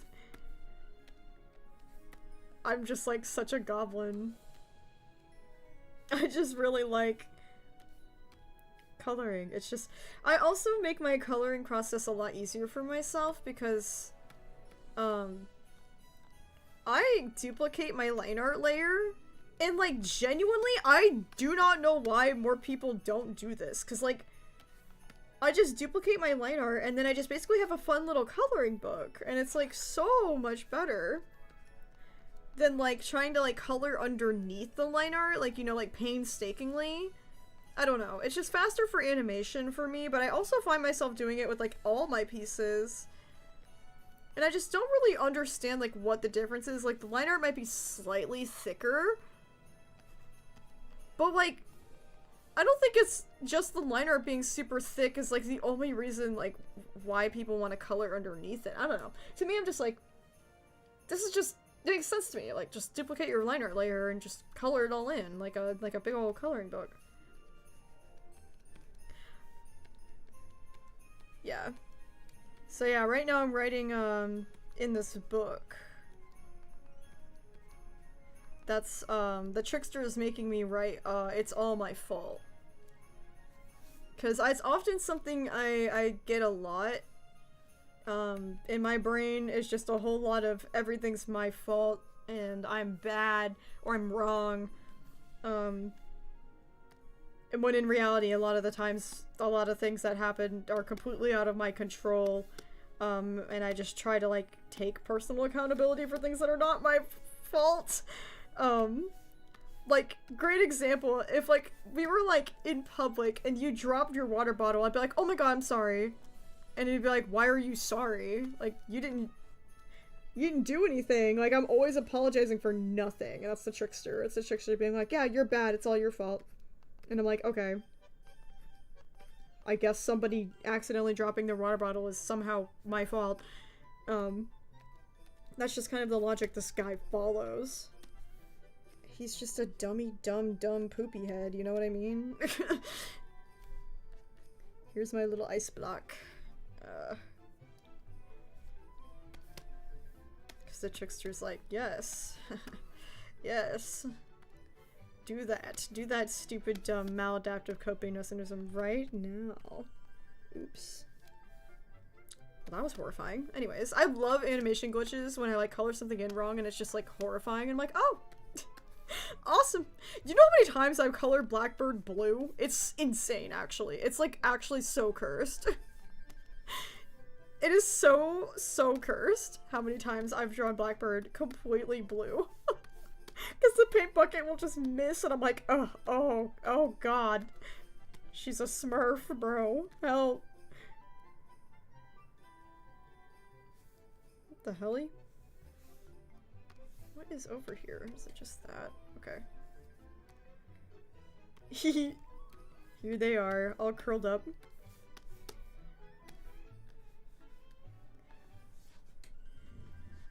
I think I also want to have her little feet kicking too. We'll animate that part in a second. Once I get all the coloring done for this little frame, I'll animate it really quick. because I love showing the process of how I animate, like, Wild Child's stuff. Especially her tail. I just love animating, like, little tails wagging. Like, I miss that so much from Wild Child's era. Ah! Blackbird doesn't wag her tail. She flaps her wings, and wings are another thing I just freaking adore animating. So I'm, like, super blessed that I picked, like, some of my favorite stuff to animate, because I knew how animated this stuff was gonna be. I was like, oh, I gotta pick my favorite stuff. I gotta get, like, a cat. I gotta get, like, a bird. I didn't know I was gonna get a frog. I didn't know how much I was gonna love animating the frog cheeks, but I really, really loved it, like, way more, and I learned something really cool with that, so. My little adventure of trying stuff that's new. This song's so good! This song's so good, it's so nostalgic. Alright, cool. Let's animate a little tail wag.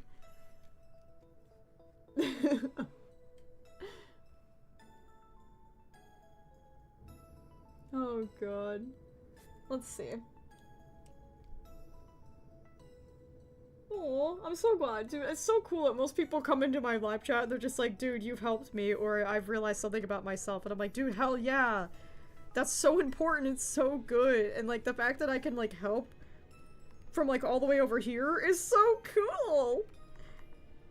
Alright, so we're gonna do a little tail wag for Wild Child. So first we draw the regular tail. Then we draw the tail going down. And then arched back up like this. That's it! Wasn't that so easy and fast? And it took like literally 5 seconds, and then we just color it in. And then we just loop this. Oop. Just kidding. This lasted longer than I anticipated. Boop, boop, boop. Yeah, now we got a little tail. Look at that. Cute. Cutie. Cutie, cute, cute, right? So cute. Now I want to also do the tail for Trickster. I purposefully didn't animate it because I really wanted to put the tail on it. So let's do the Trickster's tail too. It's gonna be more cat-like. So this one, I want to have it wrapping around like this. Alright, so this one is gonna be a little more graceful and have a little more frames because I really like doing like longer animations for the tail. So this is the resting state, and before it goes up, it's gonna go down slightly. So we'll do the tail part and we'll put the ball on it first, or last, and then we'll have it go like almost like a cat, like tipping its tail up and down attentively, and then we'll have it go right down onto the floor and then right back up like so.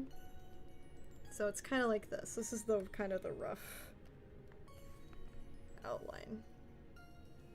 I think it's jiggling too much. Hold on.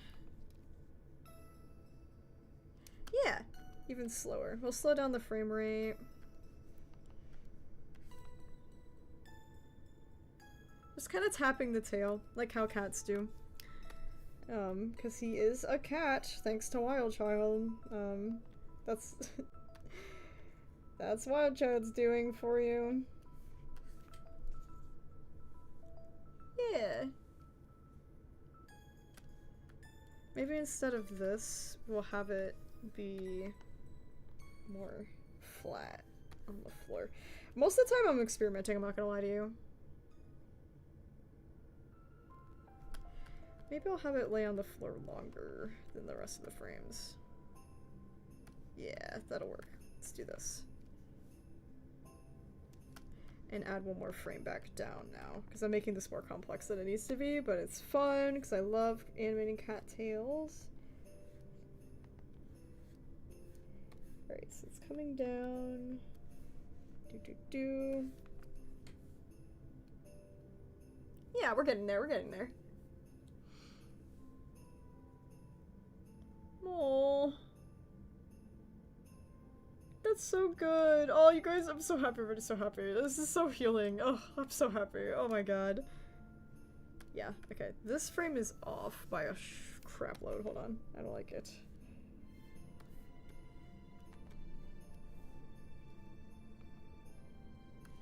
Maybe it's the downwards frame that's messing everything up. Hold up. Hold up. Hold up.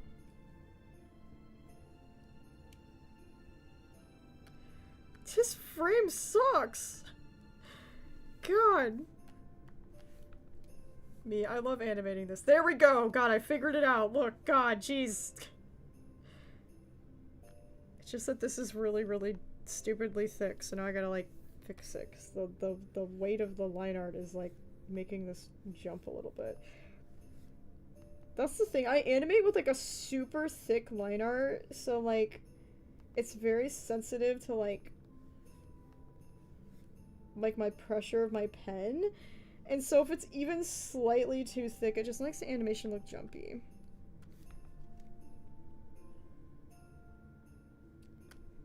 Here, let's do this. Alright, that works. That works. Here we go. More red. More red. Boop, boop, boop. Now we have a little tail. Look at them hanging out together. Isn't that so cute? Oh, this very mysterious music plays. Oh, there they go. Tail's a wagon. Alright, now we're gonna fill in the rest of this coloring here. And when we finish with the coloring, I will go ahead and play it with sound so you can hear what it's gonna look like. One of my favorite parts of being an animator is getting that instant feedback of looking at how it looks and replaying what I've already done and going, okay, let's see how this looks. And I get to do that pretty much immediately and just keep playing it back over and over again until it's perfect. And top 10 reasons I'm an animator. Like, I seriously just really love it. Oh, I'm on the wrong layer! Hold on. That's okay. This program isn't too bad when it comes to being on the wrong layer. I just gotta fix it.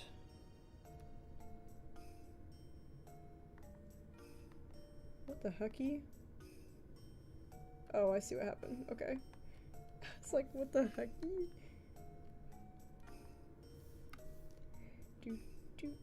Do. There we go. Okay. We're on the right layer now. Slay. That didn't take very long. Thank goodness this program is forgiving for that. It's like an animation program. It's goated. What the heck? That is not the color I picked at all. Come on now. I just was praising you, program. Don't act up now. It's like, oh yeah. I'm not gonna be nice anymore. Hee look how baby. Goofy.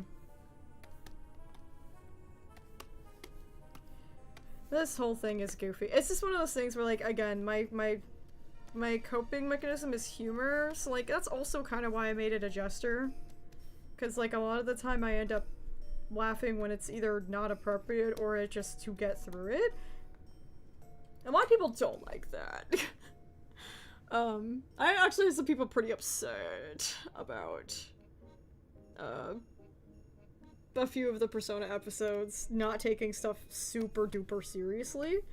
Like when it came to like the story about my school being on fire, and they were like, that sounds really traumatic. It sounds like you're not actually dealing with your problems, you're just laughing and making fun of them. And I'm like, dude, I promise, so many episodes of Persona Project, I am 100% dealing with everything as serious as I should. There's just some times where you gotta laugh, okay? Not everything has to be like horrifically traumatic. And like, if my inner child wants to look back and be like, we almost died in a fire, and like giggle about it, like, okay, then that's like how I'm choosing to cope. Like, I don't understand like why everybody was just so like, I'm worried about you, PetPyves, and I'm like, okay. I promise I'm fine, I'm joking. Please let me cope with humor. Please. It's not all serious. If everything's so serious all the time, oh, where's the whimsy? Where's the joy? Where's anything? I can't do everything so serious all the time. It's also just really bad for my mental health. It's just like, super sad. Like, it's not fun to animate every day, man. Sometimes I just want to go, you know what? Miss Heron was insane. Let's animate an insane Miss Heron episode and just like giggle about that woman being absolutely crazy and trying to kill everyone over a Reese's cup. Like, it's funny as heck. Like, imagine trying to explain that seriously. Like, I can't personally. I can't personally imagine being like, yeah, and then she locked us in the building over a chocolate. And like sobbing. Like, no, it doesn't make sense. Like, it just doesn't make sense. It just doesn't make sense to me to tell it in that way. And also, it's my life. I can kind of explain it any way that I feel I need to, and it's kind of annoying that people are like, you need to tell it this way, and I'm like, okay. Eye roll emoji. Eye roll emoji. Painting nails emoji. Like, is it your life? No? Okay, well then, stop backseat persona projecting. I'm just joking, I'm joking. For all intents and purposes, I'm joking. Please, God, please. Everybody takes everything I say out of context so quickly, and then I get emails from people angrily being like, you said this thing and I hate you! And I'm like, oh my God, bro,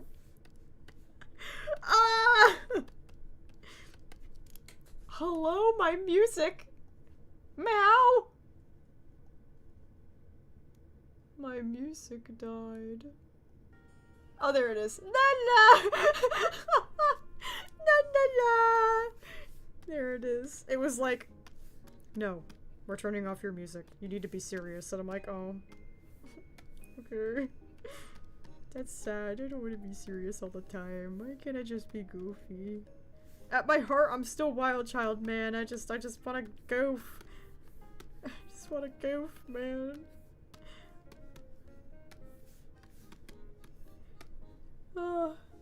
Backseat persona projecting. Listen, no, I'm not even joking. I do get emails about this all the time. I'm like, dude. They're like, hey, PetPyves, I'm just emailing you about a very serious offense you made on a live stream where you said this, and I don't agree. And I'm like, okay. Sometimes they're very insightful and helpful. I can give them that. Sometimes people are like, hey, I want to educate you on, like, XYZ, and I'm like, wow, thank you so much for this. This is actually really helpful, because I need to know more about this subject. But other times, I'm like, dude, I am like an expert in this subject. Why are you telling me what to do? Like, just back off, bro. Like, they're trying to tell me about, like, the way that I draw something is, like, actually really offensive, and I shouldn't be doing that because, autistic people, blah, blah, blah. And I'm like, dude, I am an autistic person. What do you mean? Like, why are you speaking on behalf of autistic people? I am autistic! Like, I don't know. Sometimes it's just like, it's that level. Like, that's not exactly what's happening, of course. I'm just giving a very random and vague example. But it's just like, people just take everything I say out of context, or everything I even do out of context, and they'll be like, actually? And I'm like, dude, you're not making my OCD any better. You're making my OCD so bad, because you're making me think I'm doing something wrong. And then I'm gonna hyper-focus on it, and then I'm gonna try and fix it even though nothing's wrong, and it's just so bad. It's a bad combo for me, and I really, really wish people would stop doing that. Like, I understand everybody's entitled to their free speech and their free will. They could go and blow up my email if they want, I guess. But man, have some mercy, bro. I'm a human. Oh.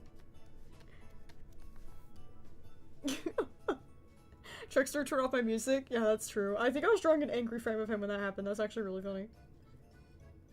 Persona Passenger Princess!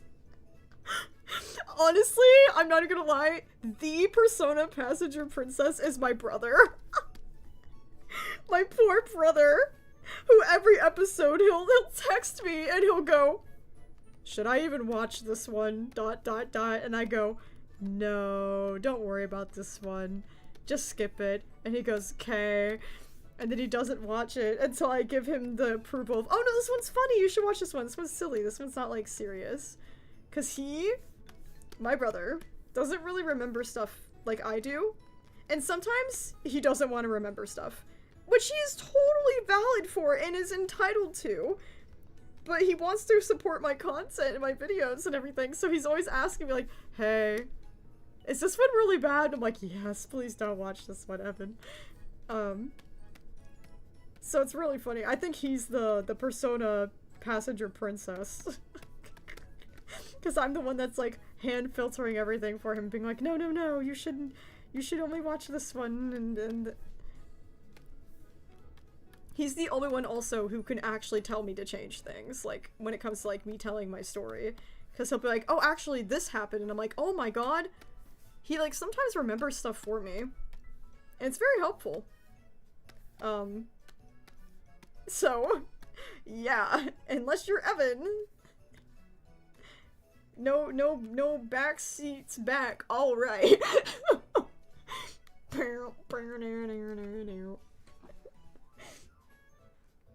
Oh my god.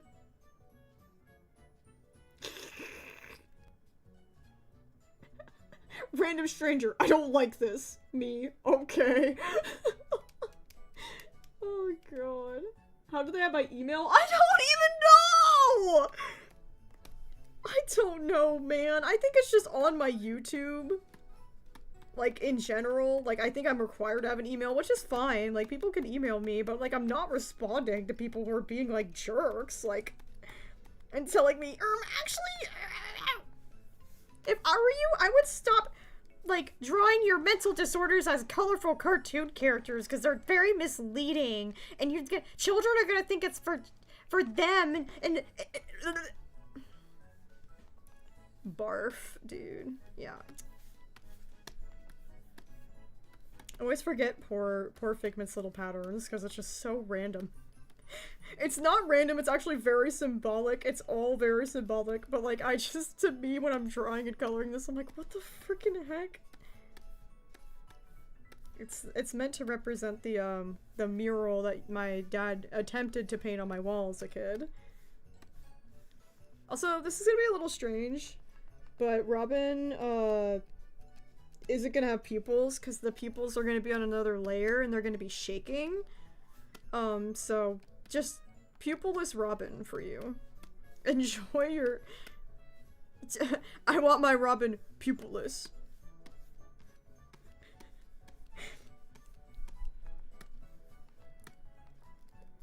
Frick it. Unpupils your pupils.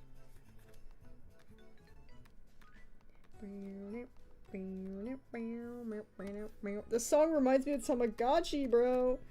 It's so cutesy. It's so la-la. Okay. Yeah, Robin's just being haunted for real right now. Because, yeah, guess who's being haunted for real right now? Me! Current era!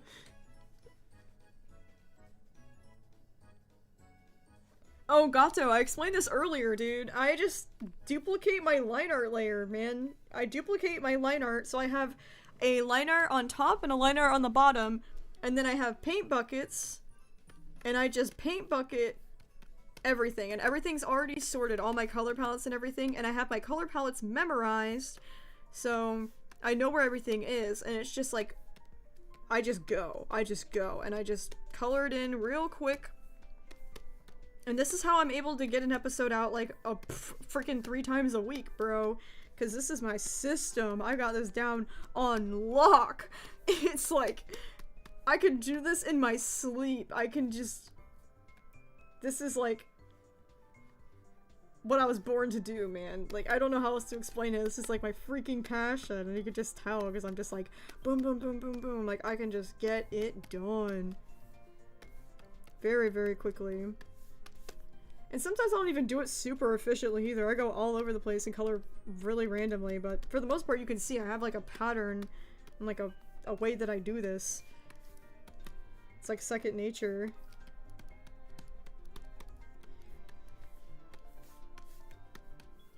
Ta-ta! Okay, so that's the first layer of that done. Which is great! So yeah, we're gonna listen to this, we're gonna kind of look at what we've done, and then we'll be wrapping up stream out and answer some more Q&A and stuff. Very rambly stream, I do apologize. Like I said, I'm pretty irritable today. I'm in a lot of pain, and when I'm in a lot of pain, I tend to be a Grinch. Or a grunch, as I like to say. It's like a Digital Circus reference, where I'm like, I'm being a grunch. So... Okay, let's go ahead and pause the Winter Wonderland and listen to what we have so far for this lovely little special Persona project and show you what we got done today. The personas aren't the only ones here with me. There are 5 main entities that follow us around. They represent our different disorders, trickling into my life from a young age and persisting throughout adulthood. I met the Trickster when I was little. He's a jingle-bell kitty cat who gets big when I feel sad or scared. Wild Child carried around the Trickster for most of my childhood, but was blissfully unaware of the weight. The Trickster represents my fluctuating depression and anxiety. He's a physical manifestation of all the negative core beliefs that were instilled in me by my abnormal family. He is my self-blame, toxic shame, and maladaptive coping mechanisms. Since Wild Child was the first to become aware of him, he's very cat-like, covered in bells from head to toe. You can always hear him coming. But the thing about these entities is that they can't speak. Thank God! They're annoying enough already! Right.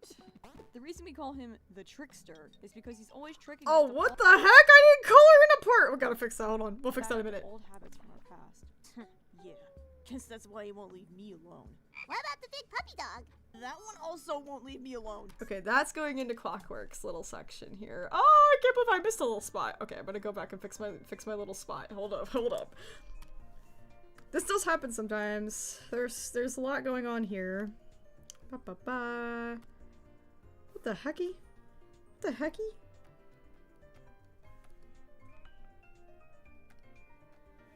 Huh. Okay. I don't know how I did that, lol. Anyways. I really truly don't even remember drawing these frames. I know I did because we were literally like live streaming and I could go back and see that I definitely drew these, but I just have like no memory of this for no reason. I'm like, what were these frames? Anyways. Robin turned into Hero Brian, lol. Oh my god, that's really funny. Yeah, it's so, the animation process is like so silly a lot of the times. I'm just looking at it going, what the hell? Like half the time I'm just looking at my characters extremely cursed without eyes or like mouths and just cursed stuff. It's really silly a lot of the time. I see so many like horrific things on a daily basis that I'm so numb to it that sometimes if I'm doing stuff and people are like, oh my god, that was so scary, and I'm like, oh yeah, lol, anyways. I'm just so like used to it. There we go. Alright, so for the next few minutes I'll answer some Q&A if you have any more questions. It could be about anything we talked about or just anything random, whatever you want to ask. I'm here. I'm queer. Oh, and by the way, thank you all so much for all the shop orders this week.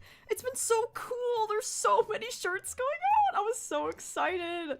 There's so many different ones too, like across all fandoms. So I'm like so happy because we got 12. We got Brightside, Persona Project. I was like, oh my god.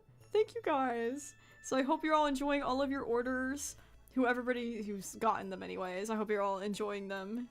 And oh god, I love my shirts because they just don't have tags and they're soft and I love them. The new shop is on my 4th wall, which is petpeeves.shop.4thwall. There's a link in the description too. That's a lot easier to use than typing all that out, lol. Let's see. Do you have character kins? Ah, Heron number? Good question. Or hero number, sorry. Heron number? What the hell? Dyslexia. So sorry, bro. Hero number. I'd like to say I do. There's definitely some characters I heavily identify with. Like, more so than just like, or I'm like, oh yeah, I get gender envy, but also just personality-wise, just like everything about them I really, really love. Or just characters that I feel really, really, really strongly attached to. I don't really necessarily know if I would call it a kin, but I don't know what the word is for me personally. But if I just had to name a few off the top of my head, don't laugh at me. I'm being vulnerable and it's all gonna be cringe, so don't laugh at me. Don't laugh at me. Alright? Be nice. So we have, like, Link from Legend of Zelda. Pit from Kid Icarus Uprising. Sans Undertale. God, who else? I have to think about throughout the years of just characters that I've identified with. Oh, damn. This is tough. Oh, Bowser Jr. When I was a kid, Bowser Jr. I still also love him. I just love being a little goblin. Bowser Jr. from, like, Mario series. Oh, yeah. God. Just warriors in general. Like, I just love pretending to be a cat in general. Like, I'm trying to think of, like, throughout my entire life. Like, Wild Child, like, was, like, cats. Beast Boy. I really wanted to be Beast Boy. I had a brief moment where I wanted to be Crash Bandicoot. Don't ask about that. That was strange.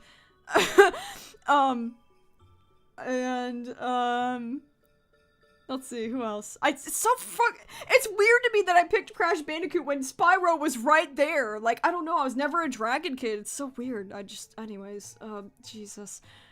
And nowadays, I don't know, I haven't really found many characters that I like kin, I guess? But I love Kinger from Digital Circus. I'm, like, freaking hyper-fixated on that man's, but, like, I wouldn't say, I am him, like I would say, like, with the other characters. Notice how all the characters are not female. No, what? Oh, who said that? Oh god. Anyways. Anyways. That means nothing, probably, I say, sweating in the mirror. Avoiding, that conversation. Oh. God. Okay, anyways, I'm gonna scroll up and try to not miss any of your questions. Tips on voice acting? Practice lots. Practice lots. If you can drive when you're alone in the car, do lots of weird voices when you're in the car. Nobody can hear you. Just, like, try a bunch of weird stuff. See what your voice can do. Figure it out. That's, like, the best thing you can do is really push your voice and try weird stuff. Try to voice weird little creatures. That's really helped me figure out what I could do with my voice. Is be like, oh, I want to do, like, Momo from Avatar: Last Airbender. And you gotta, like, get phlegm in the back of your throat and, like do that, but, like that. Like, wow, wow. Like, you gotta do, like, a gurgling sound. Like, I don't know. Doing creatures helps, but also, like, working on your pitch, like, your range of, like, high and low. I've lost so much of my higher register. It's crazy. I've had to, like, pitch some of Wild Child's lines in the newer episodes because I genuinely can't get that high anymore because I've been doing a lot of voice training to make my voice lower because that's more aligned with my gender. So, yeah, practicing lots, it's a muscle. Train it. Fave indie cartoon shows, oh my god. If I have to mention Digital Circus one more time in this stream, I feel like everyone's gonna blow up. I can't stress enough how much I love it. Jesus Christ. It's kind of bad. Where did I get the bells I was talking about earlier? From the craft store / dollar store. I also just had old bells around my house from, like, cat collars that Bibby has, or jingle bells from, like, Christmas decor I used as well. Oh, Berry Blue Art. I think I remember you asking me that question on the Rules and Regulations video. I just haven't had a chance to respond to any of those lately. But the orange text in Persona Project, like, the difference between the green, yellow, orange, and red. Red text is something that's really bad. Something that's really traumatizing. Something that, like, messes with me to this day. Orange is typically associated with something that is the Trickster. It's either, like, something that's, like, kind of bad, but it's just, I can be like, oh, this is the Trickster. Usually. Sometimes orange is just, like, a lighter version of red, though, where it's like, this is just kind of bad and harmful, but it wasn't, like, as traumatic as, like, something that I put in red. And the red and orange is downright just the Trickster, usually. It's usually in relation to the Trickster. Sometimes you'll see the text is purple from Figment. I've been starting to implement that more. Pink if it's showbiz. And I don't want to make PTSD green, because green just means that it was really, really good.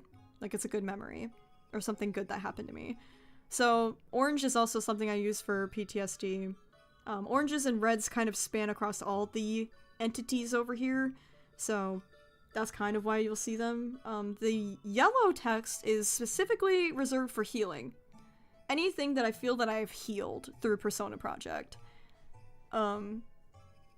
Whether it means I'm like growing into myself, or it's just generally something that is very healing and wholesome, or like something that I'm finally defining as true when I've been gaslit over it or something. Usually that's when yellow appears. That's a great question though. Favorite food? French fries! I love French fries right now.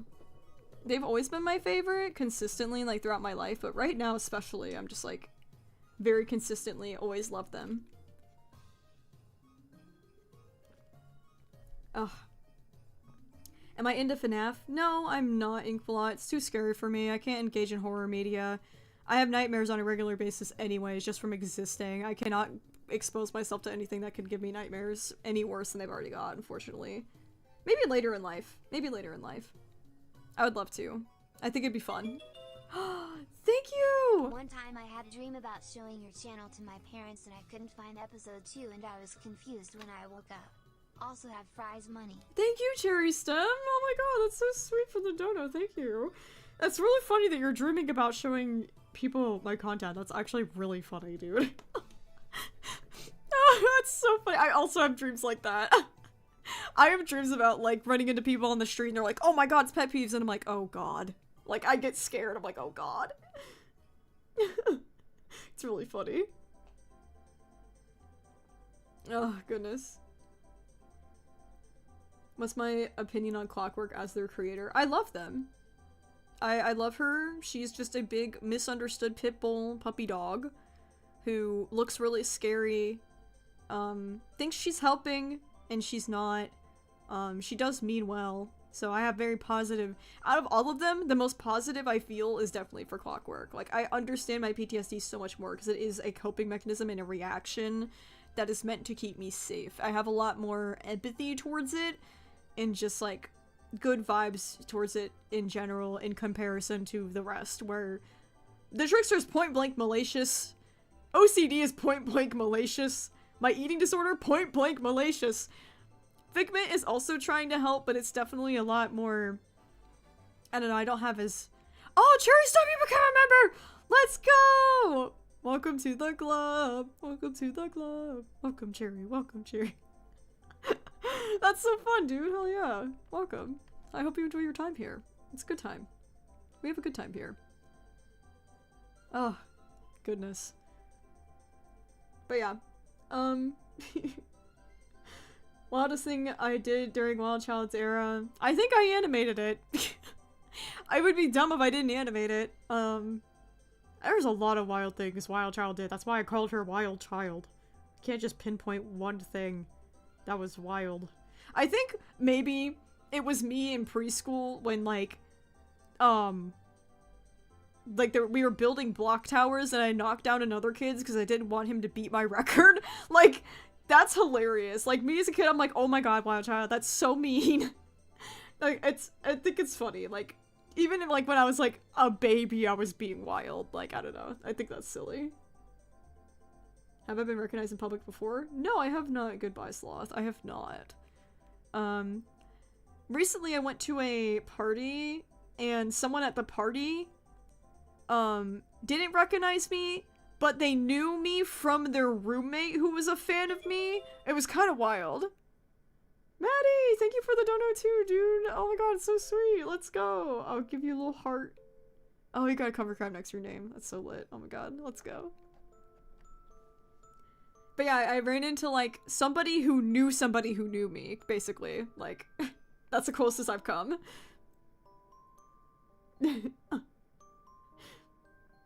Why is Haley a dinosaur? Ghost Pink Studio? Because that was my hyperfixation at the time. I was obsessed with dinosaur action figures specifically. Not, like, real-life dinosaurs. I'm talking just action figures of dinosaur. I was obsessed with toys of dinosaurs. They were, like, my fixation, very specific, but yeah, that was it. Oh, goodness. Oh.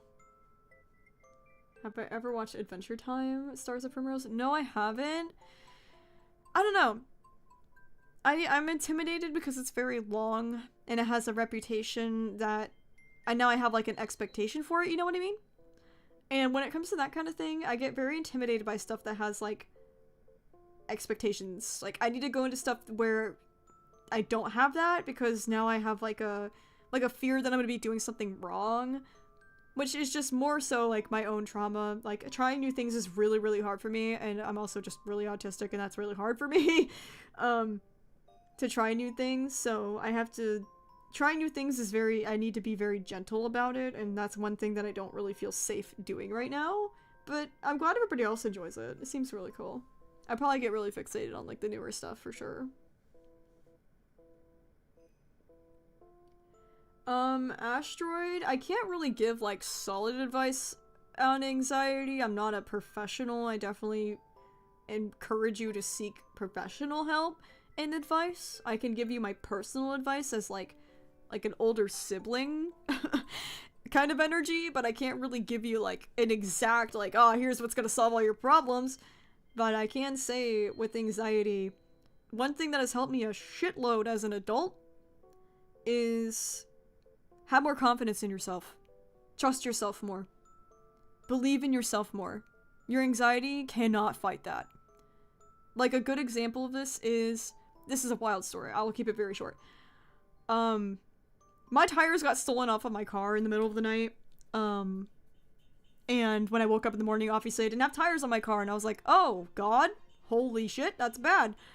My anxiety was like, oh my god, this is the worst thing ever, we're gonna catastrophize, we're gonna freak out, we're gonna have a panic attack, blah blah blah, you know. But then I was like, no, I can handle this. It's just some tires. We could just buy new ones. Like, having the confidence to know that no matter what's gonna happen, I can take care of myself has helped my anxiety a lot. You need to trust yourself a lot.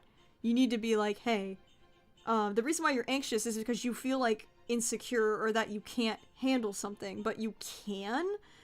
You just gotta tell yourself a lot, and it's not something that's gonna magically happen. You've just gotta like slowly every day kind of tell yourself, I've got this, in a small way. If it's like, oh no, I don't think I could finish my homework tonight, blah blah blah blah, you can even walk yourself through, even if you can't do something. You could be like, okay, yeah, even if I don't finish my homework, what, I'm gonna lose some points. That's okay. I'm still gonna go to sleep, I'm gonna wake up tomorrow, I'm gonna have a new day, I can do extra credit, I can try better next time. Like, there's no like end of the world scenario, right? Like, you have to walk yourself through your anxiety and say, hey, no matter what, it's gonna be okay. At least from my experience. Again, I'm not a professional. Oh my god, hot dog, thank you! Sharing your experiences with us. Have some money cause I said so. Dog emoji. Dog emoji. Oh, it's good to see you, hot dog. I hope you've been doing well, dude. It's nice to see you here. Oh, but yeah. Hopefully that helps. At least in my recent experiences, I have found that working on my confidence and trusting myself, learning to love all parts of myself, has helped my anxiety greatly. I have been a lot less anxious because I trust myself. Have you ever watched The Owl House? Yes! Yes, I have. I love The Owl House. It's a great, great show. Hunter's my favorite character. I mean, based off of all the other kins I listed earlier, Hunter is up there. He's just right along with them. Like, Zuko and Hunter are very close up there as well. Do I listen to music? Calico Kitty Cat? Not lately. I haven't been listening to much music lately. Haley era, I was obsessed. I'd listen to like thousands of artists, but like right now I'm having a really hard time. I really enjoy like breakcore right now, like hyperpop. Oh my god, I love her name's Fentanyl. She's a trans artist. I love her. Her and Free 99. Oh my god, I love their music. It's so good, man. So good. But also like more like indie bands. Like Parentheses is my favorite. I've made an AMV on my channel but using Parentheses music. I really like Parentheses. Hippocampus too. They're up there. I listen to a lot of unknown artists because I just like hoarding my music in a little corner and going, I'm one of the only fans. Aw, Cherry Stem, thanks for upgrading your membership already. Holy cow, dude. Now you're a little tadpole. Hee hee. You little wild child. That's awesome. Thank you, dude. That's so sick.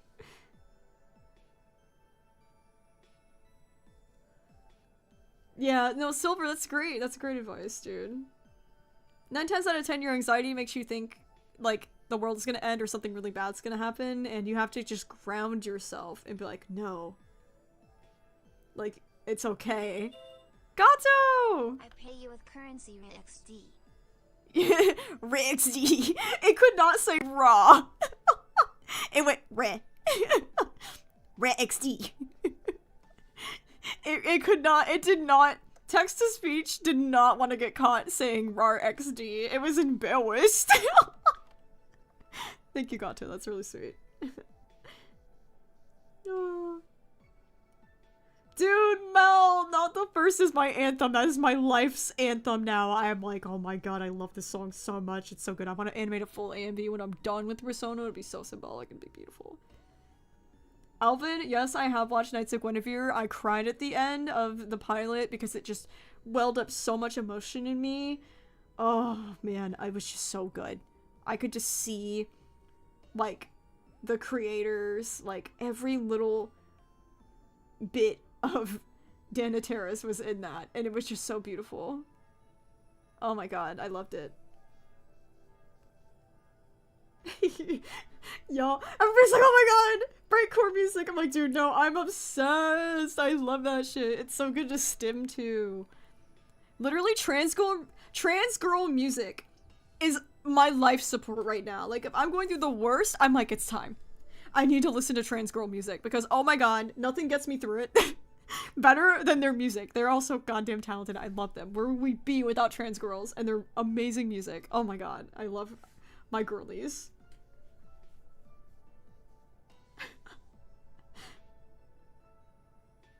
Excessive laziness, goodbye sloth. I mean, it depends on why you feel you're being lazy. First of all, you don't need to be productive. That's just capitalism and ableism drilling into your soul. You don't have to do anything. You can choose whatever you want to do. But if you want to do more, my best suggestion is for when you don't feel like doing something, or like you're actively avoiding a task like a chore, or even something fun if you're still avoiding that, literally lay on the floor. Lay on the floor and do nothing. Don't have your phone. Trust me, you will not be there more than 10 minutes. You will not be able to stand it any longer. It is so boring. Being bored is your most powerful tool to get you to do stuff. I promise. That's how I get through a lot of stuff. Like, my motivation sometimes is literally just to be bored. Like, if I bore myself, I'm like, oh my god, now the thing that I don't want to do seems really interesting. Because I'd much rather be doing something than laying on the floor and doing absolutely nothing. It's agonizing. It's agonizing. So, give it a shot. And, like, it's not hard. Everybody has a floor. You can lay on the floor. And just be like, man, this is boring. And then you'll want to do literally anything else.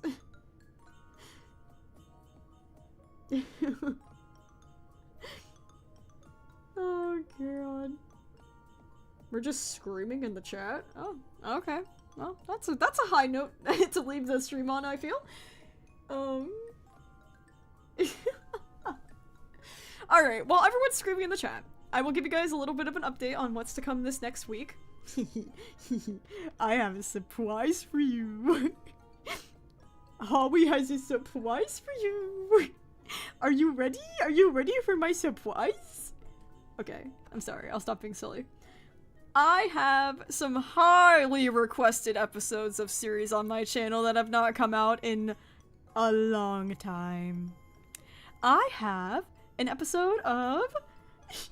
Oh my god, I can't believe this. I have an episode of Animal Crossing Ships and Builds coming out for members tomorrow. Members, you're getting it tomorrow. It'll be public on Tuesday for everybody else. Okay. And then also, the week after that, I've got Brightside. And guess what episode Brightside it is? It's the Christmas special. Yeah, there's a Christmas special of Brightside. And yes, I perfectly timed Brightside to come back just so we can have this moment. I'm so excited. I'm excited as hell. Oh my god. I'm excited, yeah. So saying I'm excited is kind of an understatement. Obviously, I'm screaming.